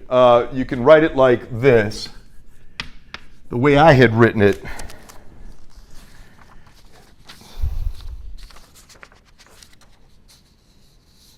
Right. I kind of went back and forth with this thing. What you could, this is fine. You could do it in terms of lambda. If you do it in terms of lambda, the 2's cancel.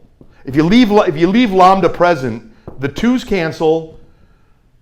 One of these, an R here and an R there cancels. The 2's cancel, and you got something different. So here, you'd have, nobody really went there, but I mean, we could go there. You could say K lambda,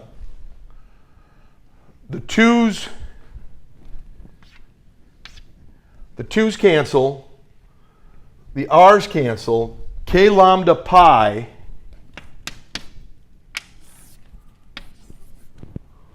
over R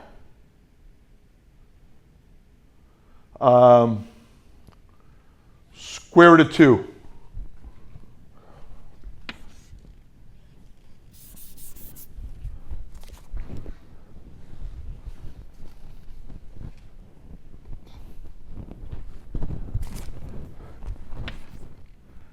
This is actually true, unless I made a careless mistake here. This is actually true, but that's the way they're asking for the question is to do it in terms of Q. Do this in, the lambda here, lambda is capital Q over 2 pi r. Lambda, this is fine. This is actually fine at the end of the day. This works. But could you do it in terms of, could you do it in terms of Q? Yeah, you can. Lambda is capital Q over 2 pi r. So K capital Q pi over 2 pi r. Well, the pi's cancel, the 2 stays. So basically you could say this. You could write it like this. EY is K Q. The lambda is 2 pi r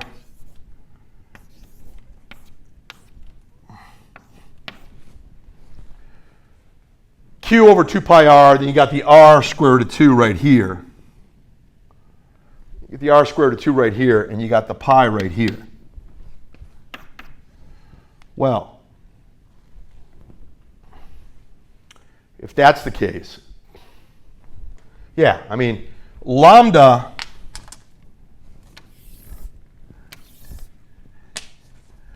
is Q over 2 pi r. Tell you what, here's pi, there's R squared. EY is KQ. The pi's out of there, right? 2R squared square root of 2. 2R squared square root of 2. 2R squared square root of 2, or 2 square root of 2, means the same thing. That's where I got a little confused by the process there, guys.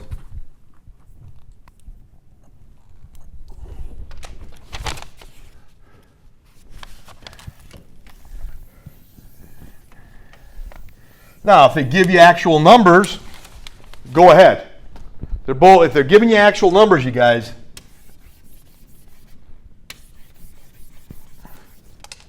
it'll work.